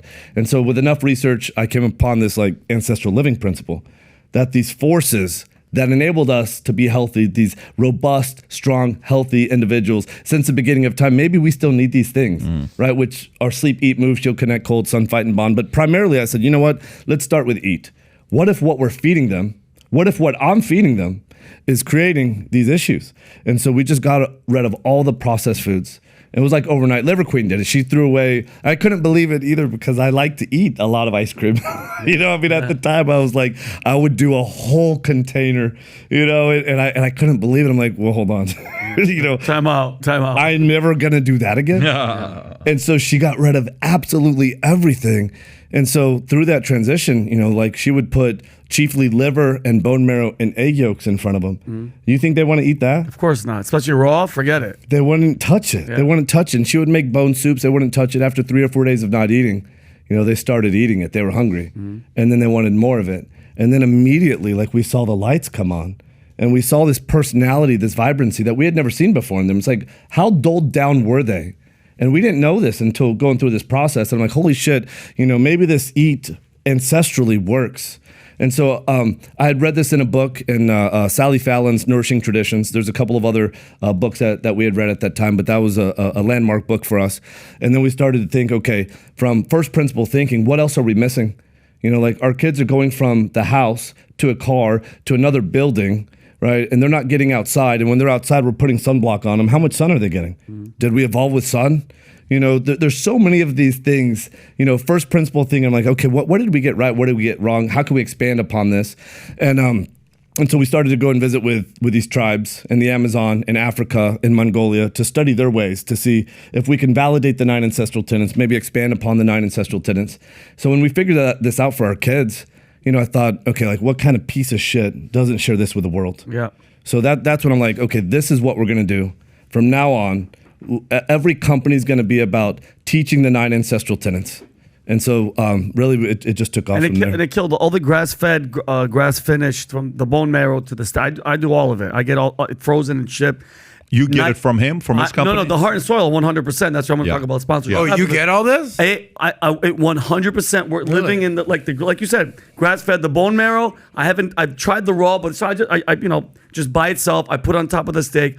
I eat raw honey, the cheese, fruits, vegetables. I'm sorry, barely any vegetable. Are you a vegetable? You like vegetables? Get down. You could get down on, but the bread is gone. And I'm telling you right now, everything else is a completely different attitude. Now, when I eat like shit, even a little bit, I feel it. Yeah. Like I want to pass out. If I eat like bread and gluten, I'm dead serious. After lunch with that, I want to take a nap. So it's 100%. I mean, like I said, Sean O'Malley said the same thing. People might be like, oh, well, how can you believe now? That shit works. It really, really works. Getting the sun and getting the right food in you, night and day. There's just maybe hundreds of thousands of anecdotes about this. I mean, if you just go on Amazon and look at some reviews about people that have turned to this lifestyle, again, I just want to remind everybody that most people go to a job they hate. They come home to a life that they don't love. They sedate themselves and distract themselves to call it a day, to call it a week, it's like there's a better life to live. And most of these things are free to do. 8 of them are free to do, accessible to everybody. And even the food aspect of this, I think it's a wash. Or you can possibly save money on food. Nobody says you got to get a steak. You can go get, ground beef. Yeah. When I started this, the organs cost like $2. Most butchers were giving the organs 100%, away. 100%. Yeah, we're giving the organs away. And so, I mean, now the organs actually are They're expensive. They're more money. Yeah. But that's how the whole thing started. And, there's a lot of vegans and vegetarians that come and they're like, hey, I think a lot of what you're saying is cool. But this whole other thing, I got a problem with. I'm like, cool, you know what? There's 8 other ancestral tenets for you, right? Focus on those other 8. And if those other 8 don't get you leading a better kick-ass life, then you can talk about just introducing liver. Mm-hmm. If that doesn't get you better, just think about that. And one other thing I want to point out, my takeaway when, by the way, Joe Rogan, and Derek talked about me for like 30 minutes. And someone said, how'd you feel about that? I'm like, man, I couldn't believe they talked about me for 30 minutes. And at the end, what Joe Rogan said is that liver is great, that he eats it all the time. And then Derek said he eats it every day. Yep. Liver is king is not about, my name is Liver King. This is not about calling myself a king. This is about, if I can say Liver King 3 times in a 1-minute clip on Instagram, what you're always going to hear is the name is Liver King because liver is king. Mm-hmm. These guys are saying liver is king. My takeaway from that 30-minute assessment was like, thank God they promoted liver. Thank God that they did that, because that's such a low lever for so many people to do. When you start eating liver, most people feel more energy, more drive, more determination. Their mood's getting better. And then I'm hoping that they're thinking, okay, what else is this guy talking about? Mm-hmm. Now, if you get early morning sun, now most people don't know that early morning sun sets your whole circadian rhythm, and then connecting. I mean, there's so many of these things that are free, easy, accessible to do, and will make such a massive difference in our life. Specifically liver, though. That's what you're saying. Raw liver. Yeah. Not right. meat, not protein, specifically liver. Is that what you're saying? Let me share a little bit about that with you. When you go and you visit with the Hadza or any of these primitive culture tribes, they don't even eat the muscle meat. Yeah. Huh? They go for the liver first. Organs. They go for the organs. And first I read this in one of these books, and I forget which book it was actually. But I read it in a book, and I'm like, really, do they do that? And then when you actually see them throw the muscle meat to the dogs and give it to the birds, it's like, holy shit, this is actually true. Yeah. They eat the organs, and they start with the liver and bone marrow usually. Animals in the wild do the same thing. It's enough to watch that on a documentary. I'm like, okay, that's cool, right? Yeah. I can say that as much as I want, but I got to go see this now. What about chopped liver? What about it? In Judaism, all the Jews, they got the chopped liver. What am I, chopped liver? That whole thing? Is chopped liver in your diet? Any kind of liver. Straight up. Yeah. Shout out to all the Jews out there eating chopped liver. You just made his day. I just made my day. My mom would always, what am I, chopped liver? Life-changing moment of the Apparently that's podcast. a compliment. Good. Wow. But it does lose its its purity. Obviously, when you cook it, because eating it raw, I'm not gonna front. I put a little light soy sauce with some sesame oil. I put some green onion, and I just I don't really chop it up. I dice. I swallow it every day. I put a little maple syrup on mine. Maple syrup with some salt. You eat liver every day. Every single day. I bought it online. I chop it up because it's frozen. I put in those little freezers, Ziploc bags. And if you go in my freezer, right now I have 100 little frozen pieces. I love it. I defrost it, Brian. I defrost it, chop it up. I took my thing, Patrick. I'm telling you right now, it's the energy. Wow.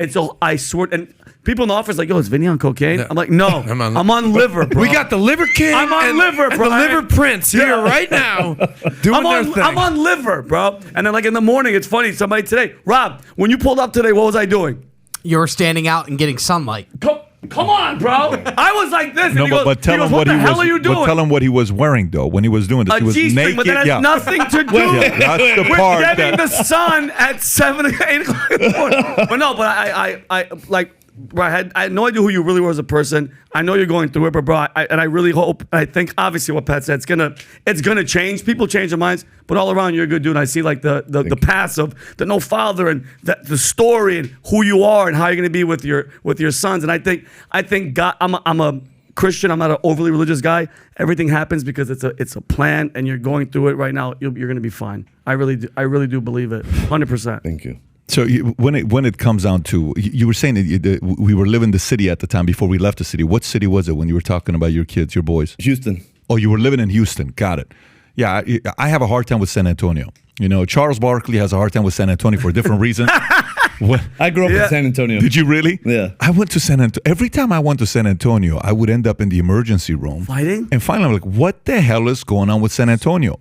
Finally, one day I go and I'm like, dude, what is wrong with the city? So my CFO is from San Antonio and my COO is from San Antonio. Are you kidding? And everybody I have around me is from San Antonio. Apparently, San Antonio has one of the highest pollen counts in America because there's this tree that the wind comes that produces unbelievable amounts of pollen that comes in. So if you're at all allergic, let's just say if you are, I never knew I was allergic till I'm 38 years old. I go to San Antonio having these issues.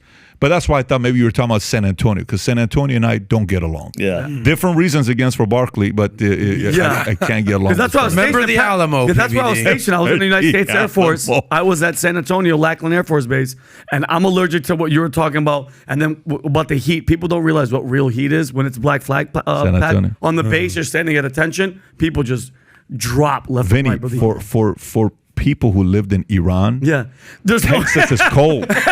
Summer in Texas is God. cold. Iran is like so whatever. we were in Dubai a few years ago, and all of a sudden news comes out. Record-breaking day in Dubai, 128 degrees. We were in Dubai that day, but you know, a city in Iran was 150 something. Jeez. On that, it was a record-breaking on the paper ever.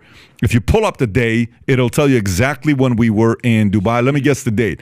It's got to be July of 2015. What's the date? See what date it Record-breaking says? heat? Yeah, it's the highest record-breaking day on paper. What date does it say? July 2019? No, the one we were in was in 2015. Hottest day. It was a city in Iran. Anyway, But so you really are not lying when you say this, because when I moved to Dallas for the year when we started the podcast and everything, it was pretty damn right hot. there you go. July 31st, 2015, hottest day on record. Jeez, 165 degrees. You could cook I outside. said 150, 165. We were in Dubai. Insane how hot it was. So before we moved to Florida, because I'm born and raised in Miami, and Pat's Iran, LA, Dallas. He's like, so give me the pros and cons of living in South Florida. I was like, look, I can tell you, in the summer, it's hot, man. It gets real hot. He's like, I'm from Iran. I'm like, okay, we'll see about that, cool guy. We go to a party. You remember the party, the Bitcoin party, course, Jake Paul, random people were there.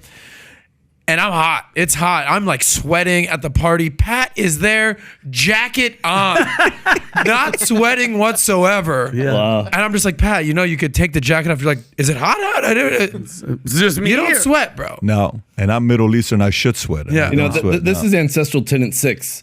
Even though it's cold, this is all about thermal pressures. We evolved with thermal pressures since the beginning. Now we have something called a thermostat, AC, right, or a heater to mitigate that. Comfort's not good for the organism, but we found a way to make it comfortable. Yeah. All the time. So when it's 160 degrees, like, if you've never been exposed to 160 degrees, and you probably know a little bit about extreme vasodilation and vasoconstriction. This is what our blood vessels do, and they need to go for this kind of exercise. But so few people do this, and it's accessible to everybody, right? So if it's hot as shit, get outside, and don't just do it once. If it's really cold, get outside. It sounds funny to say this, but when we were in New York this morning, I'm thinking, okay, how am I going to get cold today? And you could take a cold shower in New York. Yeah, you can. Yeah, you could take a cold. So these are things. You take a cold shower, you feel like $1 million, man. You feel so good after that. And again, this is accessible to everybody. Like if there's a time. One thing I've learned through this, I think is just like to really be myself. Many times I'd woken up in the morning and I'd go outside to do good morning primals, get the sun and the earth. I'm like, good morning primals, it's time. And you know what? Sometimes I didn't really actually feel like it was prime time, so I'm going to go get cold. And here's the thing, you go get cold and you feel, there's nothing like it. You feel like $1 million. I can't tell you how many people I've talked to that can't get out of bed. And if they can't get out of bed, they can't get out of their house. Like, go start with a cold shower. Tell me how you feel. Email me right after the cold shower. Most of the time, couldn't do it. Yeah. Couldn't do it. Okay, start with hot. Just get really hot and then turn it to cold for 30 seconds and then tell me how you feel. Again, this is accessible to everybody. Yeah. These thermal pressures confer so many massive fitness benefits and longevity benefits, accessible to everybody. No one's going to financially gain, from this. Well, maybe people are selling cold plunges today. I'm not one of them. Yeah. And also saunas, but we have these natural thermal pressures that are available to everybody. So I'm glad that you guys brought this up because I wanted to be able to plug that ancestral tenet. Awesome. By the way, you said wake up, get some sun. What time do you wake up? What time what's your morning routine? What time are you getting the sun? Like, just real quick, I want to know, just like, do you say like, good morning, caveman? Like whatever your little spiel was. Pretty much. Walk us through that, would you? Yeah. So I get out of bed just before the sun comes up. The sun is about that's I don't even know what time that usually is. 6 So you're there at probably 5:50, 6:05. But it depends, Where you live. what time of the year it is. So it's like, okay, if the sun's getting up, so am I. And then the first thing I do is I get my phone and I go outside and I record it every morning.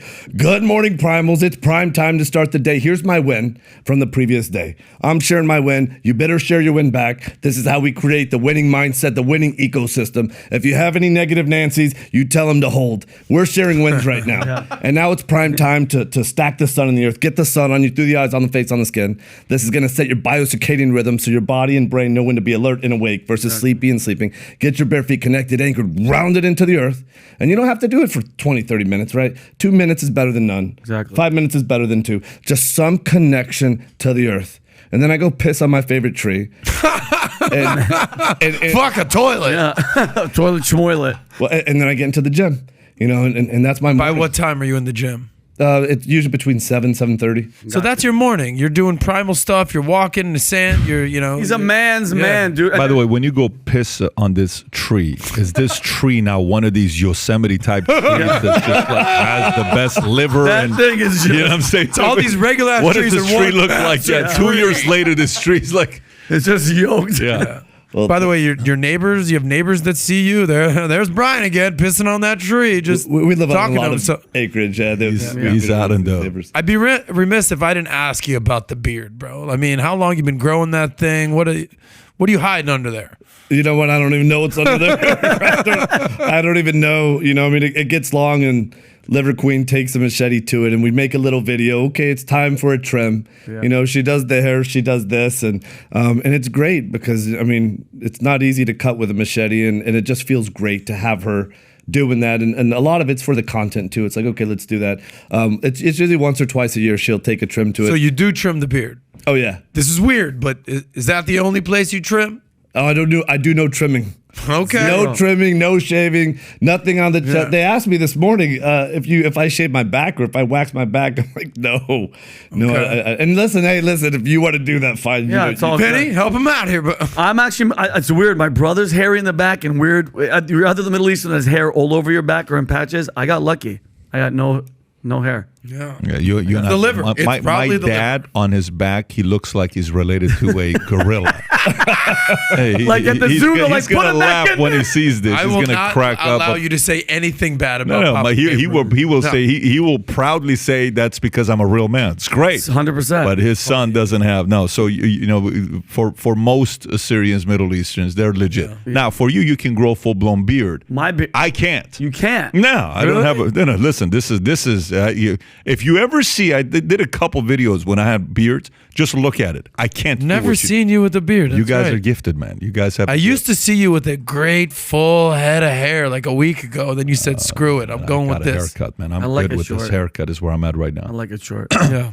By the way, Brian, anything with you where like are you one that goes to bodybuilding shows? Are you one that follows guys? Are you into it at all? Like, do you know some of the competitors? No, that's not even your world. I know some of the older guys. You know, Got I know Ronnie Coleman. Got it. You know, I know Jay Cutler. Yep. I know of these guys. Okay. I don't follow any Got of those it. guys today. I think Ronnie is in Dallas, by the way. I know he made a video about me about if my abs are real or not. I mean, this actually became a thing.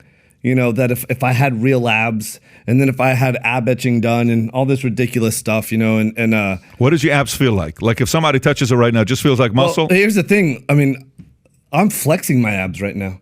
I mean, I have my shirt off. Yeah. I'm flexing my He's abs. been flexing this whole time, No, but you can't not have your shirt on. This is not a joke. I'm more comfortable flexing my abs now than not flexing my abs. So you're flexing right now as we speak. I'm flexing my abs. That's so fun. That's right. So you feel my abs are going to feel hard. Look, our friend that we spoke to before the show, I don't know if we want to give him Yeah. a shout out or not, but he had one question.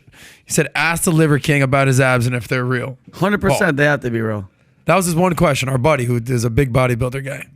Oh, he's a yeah, bodybuilder. yeah. Well, that's a Well- crazy thing. I would think any bodybuilder would actually know. Yeah. You know, like if you had ab implants or chest implants. Then why would or- Ronnie say it? Though Ronnie's like the ultimate. Well, I think his team said, "Hey, let's make a video," Oh, and Ronnie yeah, ends up yeah. saying, "Okay, I saw his abs move here." I think he ends up saying, "Gives me his blessings." Yeah. The king gave me his blessings. You know what I've just so you know, I've never heard of like implants for abs. Although there's implants for abs out nowadays, there's implants for everything. I mean, if you want implants, you can figure out a way to get implants today. Go down to Miami. Yeah, You'll see a lot of it. If there is like implants that you always hear about, you hear about calves implant. You hear about shoulders, what they're doing to their shoulders nowadays. I don't know if you've heard the story with shoulders. Shoulder implants.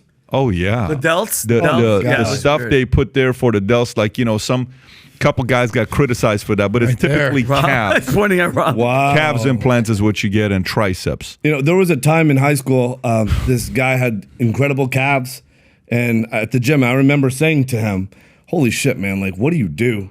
And he grabbed it and he goes, "Oh, these are implants." Oh, and I shit. started laughing. Like, of course it's a joke. And he goes, "No, these are implants." It's like, holy shit. Shit. And there's no way. Calves? Yeah. Calves. Yeah, calf Is he a implants is bodybuilder? I don't know. No, I don't think. No way. He had a great physique, but you know, I don't think you could probably do ab implants and have them actually look good. Yeah, I don't think so either. What are you Googling right now? Ab implants? Ab implants to see Oh, if I that can Yeah, guy- but like you that- could tell, like that does not belong on that guy. What is that? That guy, like something like that. You'd be able to tell, bro. Very interesting. That's pretty weird. That guy right there in the middle, that looks insane. That's hilarious. By the way, if you go a little bit lower, I'm worried what other implants will show up. So, Rob, don't do this Rob, because don't HR scroll. will contact Don't you. scroll. Yeah. Liver King, you know, we're having fun now. We kind of got over the tough part, and that you've been very transparent, as Pat said. You shed a tear at one point. You kept it real. That's awesome. You know, I know we're ending the podcast pretty soon. Overall, what's your message right now? You're on the circuit. You're kind of giving the apology tour. You're going through this cathartic moment where you're telling the truth. You must be feeling some type of way. What's your overall message? My overall message. As far as like what you want the people to take from you at this point. Yeah, okay, at this point, because my overall message is my true No, north. not and that. We've got that. right now, I would just say I know that I fucked it up. I know that what I did was wrong. You know, I lied to people and I misled people. I own that, and there's nothing else that I've lied about. There's nothing that I'm going to lie about. I feel like I've had this opportunity to come clean. Like, I better come as fucking clean as I can. Let's clean the whole skeleton, everything out of the closet, because I'm like, I get this chance to do this. In my mind, I'm like, I better do that right now. So my message is I want to take every opportunity really, again, to apologize, and to own it and to say I'm going to lead myself to be a better human. Respect. If the audience is watching this, you get to pick and choose whatever you want to do and whatever angle you go with it. I don't know. I felt sincerity. I felt straight up, and this is not an easy thing to do. And from here, as the challenge with these types of things is when you do this, and then other things come out, and other things comes out, and other things comes out, then credibility fully takes a shot. That's why you get a chance to do this and put everything on the line. Like if anything, like all of a sudden, okay, 6 months from now, the abs are also this. This email came out with a search, and now you're really gonna. But just so you know, if an email from a doctor comes out saying I did the ab, what do you call it? The implants, dude, you are like, it's gonna be ugly if that happens. Yeah. Just so you know. You know what? I bring it on. No. All I'm saying is, in a situation like this, when you're going through it right now.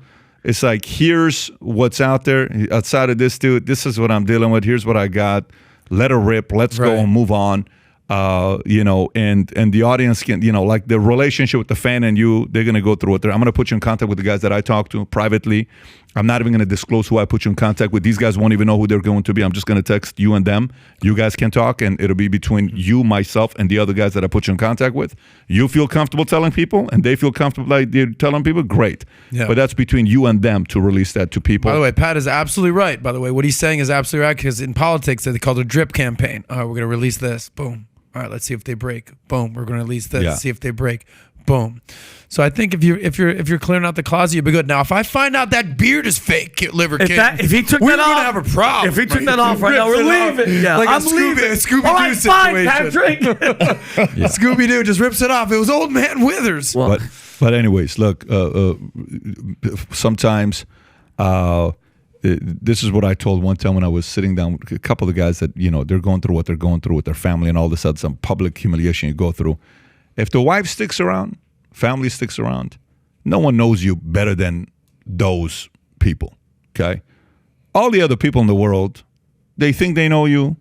They know you 20%. They know you 30%. Your wife and your kids pretty much know you 70, 80%. We all still have a little bit. So you can try to make everybody happy. What matters is really out there. And if you're staying true, you're being straight up, and eventually people are going to be like, you know what? Whatever. Listen, the guy looks good. He's busting his ass. He works out. He does this. He does that. More power to him. Respect to the guy. So appreciate you for coming out. Okay, this was going. No, I don't know if your team, Rob, who reached out to who? I don't know how because you all of a sudden came up to me. We were talking about Liver King. This came out of Alan. Yeah, we reached out. Yeah, got it. So we were. I think we were even trying to do like 4 months ago to eat the liver, because I actually freaking love liver. Yeah. And the fact that you came here today without liver, I was disappointed, because I was planning on eating liver tonight. Right. You know what? I wanted to be clear to not plug really my tenants. I get that. Yeah, I get the fact that today's conversation was that. But next time you come here, man, please bring some liver, because I can overdose on liver. I love That's it. how much I love Vinny, liver. how about you and bring bone five of marrow. us tomorrow morning? If you want, I'll bring some liver. Like real, if you genuinely want If to you eat, only knew how much I love liver. I had no idea. Dude, are you kidding me? Karaj in Iran. I love Karaj. Are you crazy? So there's a city in Iran called Karaj. And not even kidding, there's Ab Ali. Ab Ali, can you put Ab Ali, Iran? Ab Ali. Ali. Let me just see how you spell it. Yeah, exactly. Especially with so let me see if I white can guy put up- trying to go. No. Let me see, because that's probably. He wrote Albany, New not York. Albany. That's not where we're going. So funny. Let me see if I can put it. Ab Ali Jigar, Iran. Let's see if I can Jigad figure this is part liver. out. There's a city in Iran you would go to, Ab Ali, and then you would have this AB? liver. Oh my God. To die for. I mean, when I tell you to die for, the Iranians, they make it with the skewer, it. and then you put it and you put the thing on. Onions Anyways, and I'm hungry. I don't want to go home and eat it's right on now. a skewer? They skewer it and they put like onions and they put the seasoning on it. And You know what's wild is, so we just got back from Mongolia, and we had a traditional dinner, and the dinner had a skewer with a piece of liver. I was convinced that this next piece was onion, was but it was lamb tail fat. Oh shit! But it was the most succulent piece of fat you've ever had. And we had a sumo champion there with us, and he asked me to cut him a piece of liver. I cut him a piece of liver. I gave it to him, and he went in to get some fat to pair it with. Yeah. It sounds pretty similar though. It's pretty damn close. And you know what? And Pat, not to, because I know we're about to wrap it up. And like always coming clean and always being honest. I think this podcast made me, and I because I know I just want to come clean and tell everybody that I have blood implants. So everybody. And Carl, Why no you hands, Carl. because somebody was like, Vinny, you have a great ass. I just want to Stop it. now you guys know what's up. Anyway, Pat, I learned that you are a liver lover. I had no idea it was it's that an serious. understatement. Okay. Understatement. Okay. That on how much. And by the way, no one in my house likes liver and caviar, and those are the two things like I can overdose on. My dad likes caviar a little bit. I love caviar. I eat caviar like it's like ice cream. It's how much I love that and caviar and liver. Fish eggs and liver.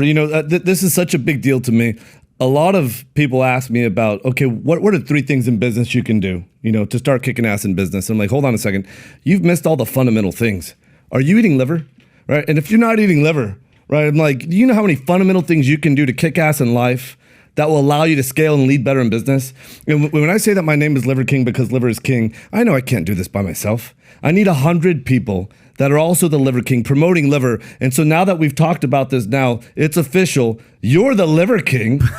you are the Liver King. Congratulations. There it PBD. is, bro. The liver The new king. anointed liver king on behalf of Oh my God. Wow. You've been The knighted. truth has been revealed. Yeah. It's out. It's the Iranian liver king is here. But please take opportunities in the future. This is nourishment that we've had in our DNA since the beginning of our time. We've recently removed this nourishment from our bodies. And when you reintroduce it, this is why I love taking it onto podcasts, because you give this nourishment to somebody and within 30 minutes, they start to feel something. And it's like, Excited for it. That's Pat, it. if you show up here tomorrow, no shirt on, walking through, eating Just liver yoked. everywhere, just yoked up. It's amazing. Here's what I think we do. I think literally one of these home team podcasts. Okay. We make liver jigar outside. Love it. Oh. And we bring it here. Please. And we eat. Please. Do you know how to make it? If we skewer it, 100%. You know how to make the skewer and everything? We'll do everything. You and my dad are responsible for Okay. it. I'm going to eat because Done deal. that's going to be on you Done guys. deal. Mine's gonna Not be- too cooked. No, it has to be medium Gotta- rare. Okay. Medium rare is how I like Okay. it. Okay, Well, fantastic. will you try some rare by itself the way I that will make try hard. I will love it. I'll try do it all. any of All right, that I'm in. stuff. Okay. I'm all in. Okay. Yeah. And Pat, I'll bring the Jewish chopped liver from the deli Do down the it. street. We're good do to it. go. And guys, I might not be around, but I would like an invitation. Please, I would love it. The liver's on the table. I'm there. Anyways, my man. Awesome. Again, thanks for coming out. This was fantastic, bro. And I'm sure the audience enjoyed it just as much as we did. And we're looking forward to seeing what's going to happen with the next chapter of Liver King. It's exciting to see what you do next. Thank you. Gang, if you enjoyed it, give us a sub, give us a thumbs up. At the same time, we're going to put the link below to your website that you're doing as well. Rob, let's make sure you put that below as well Malik. to find more information about what he's got going on. And stay tuned. We got more crazy things coming here very soon. Take care, everybody. Bye-bye, bye-bye, bye-bye.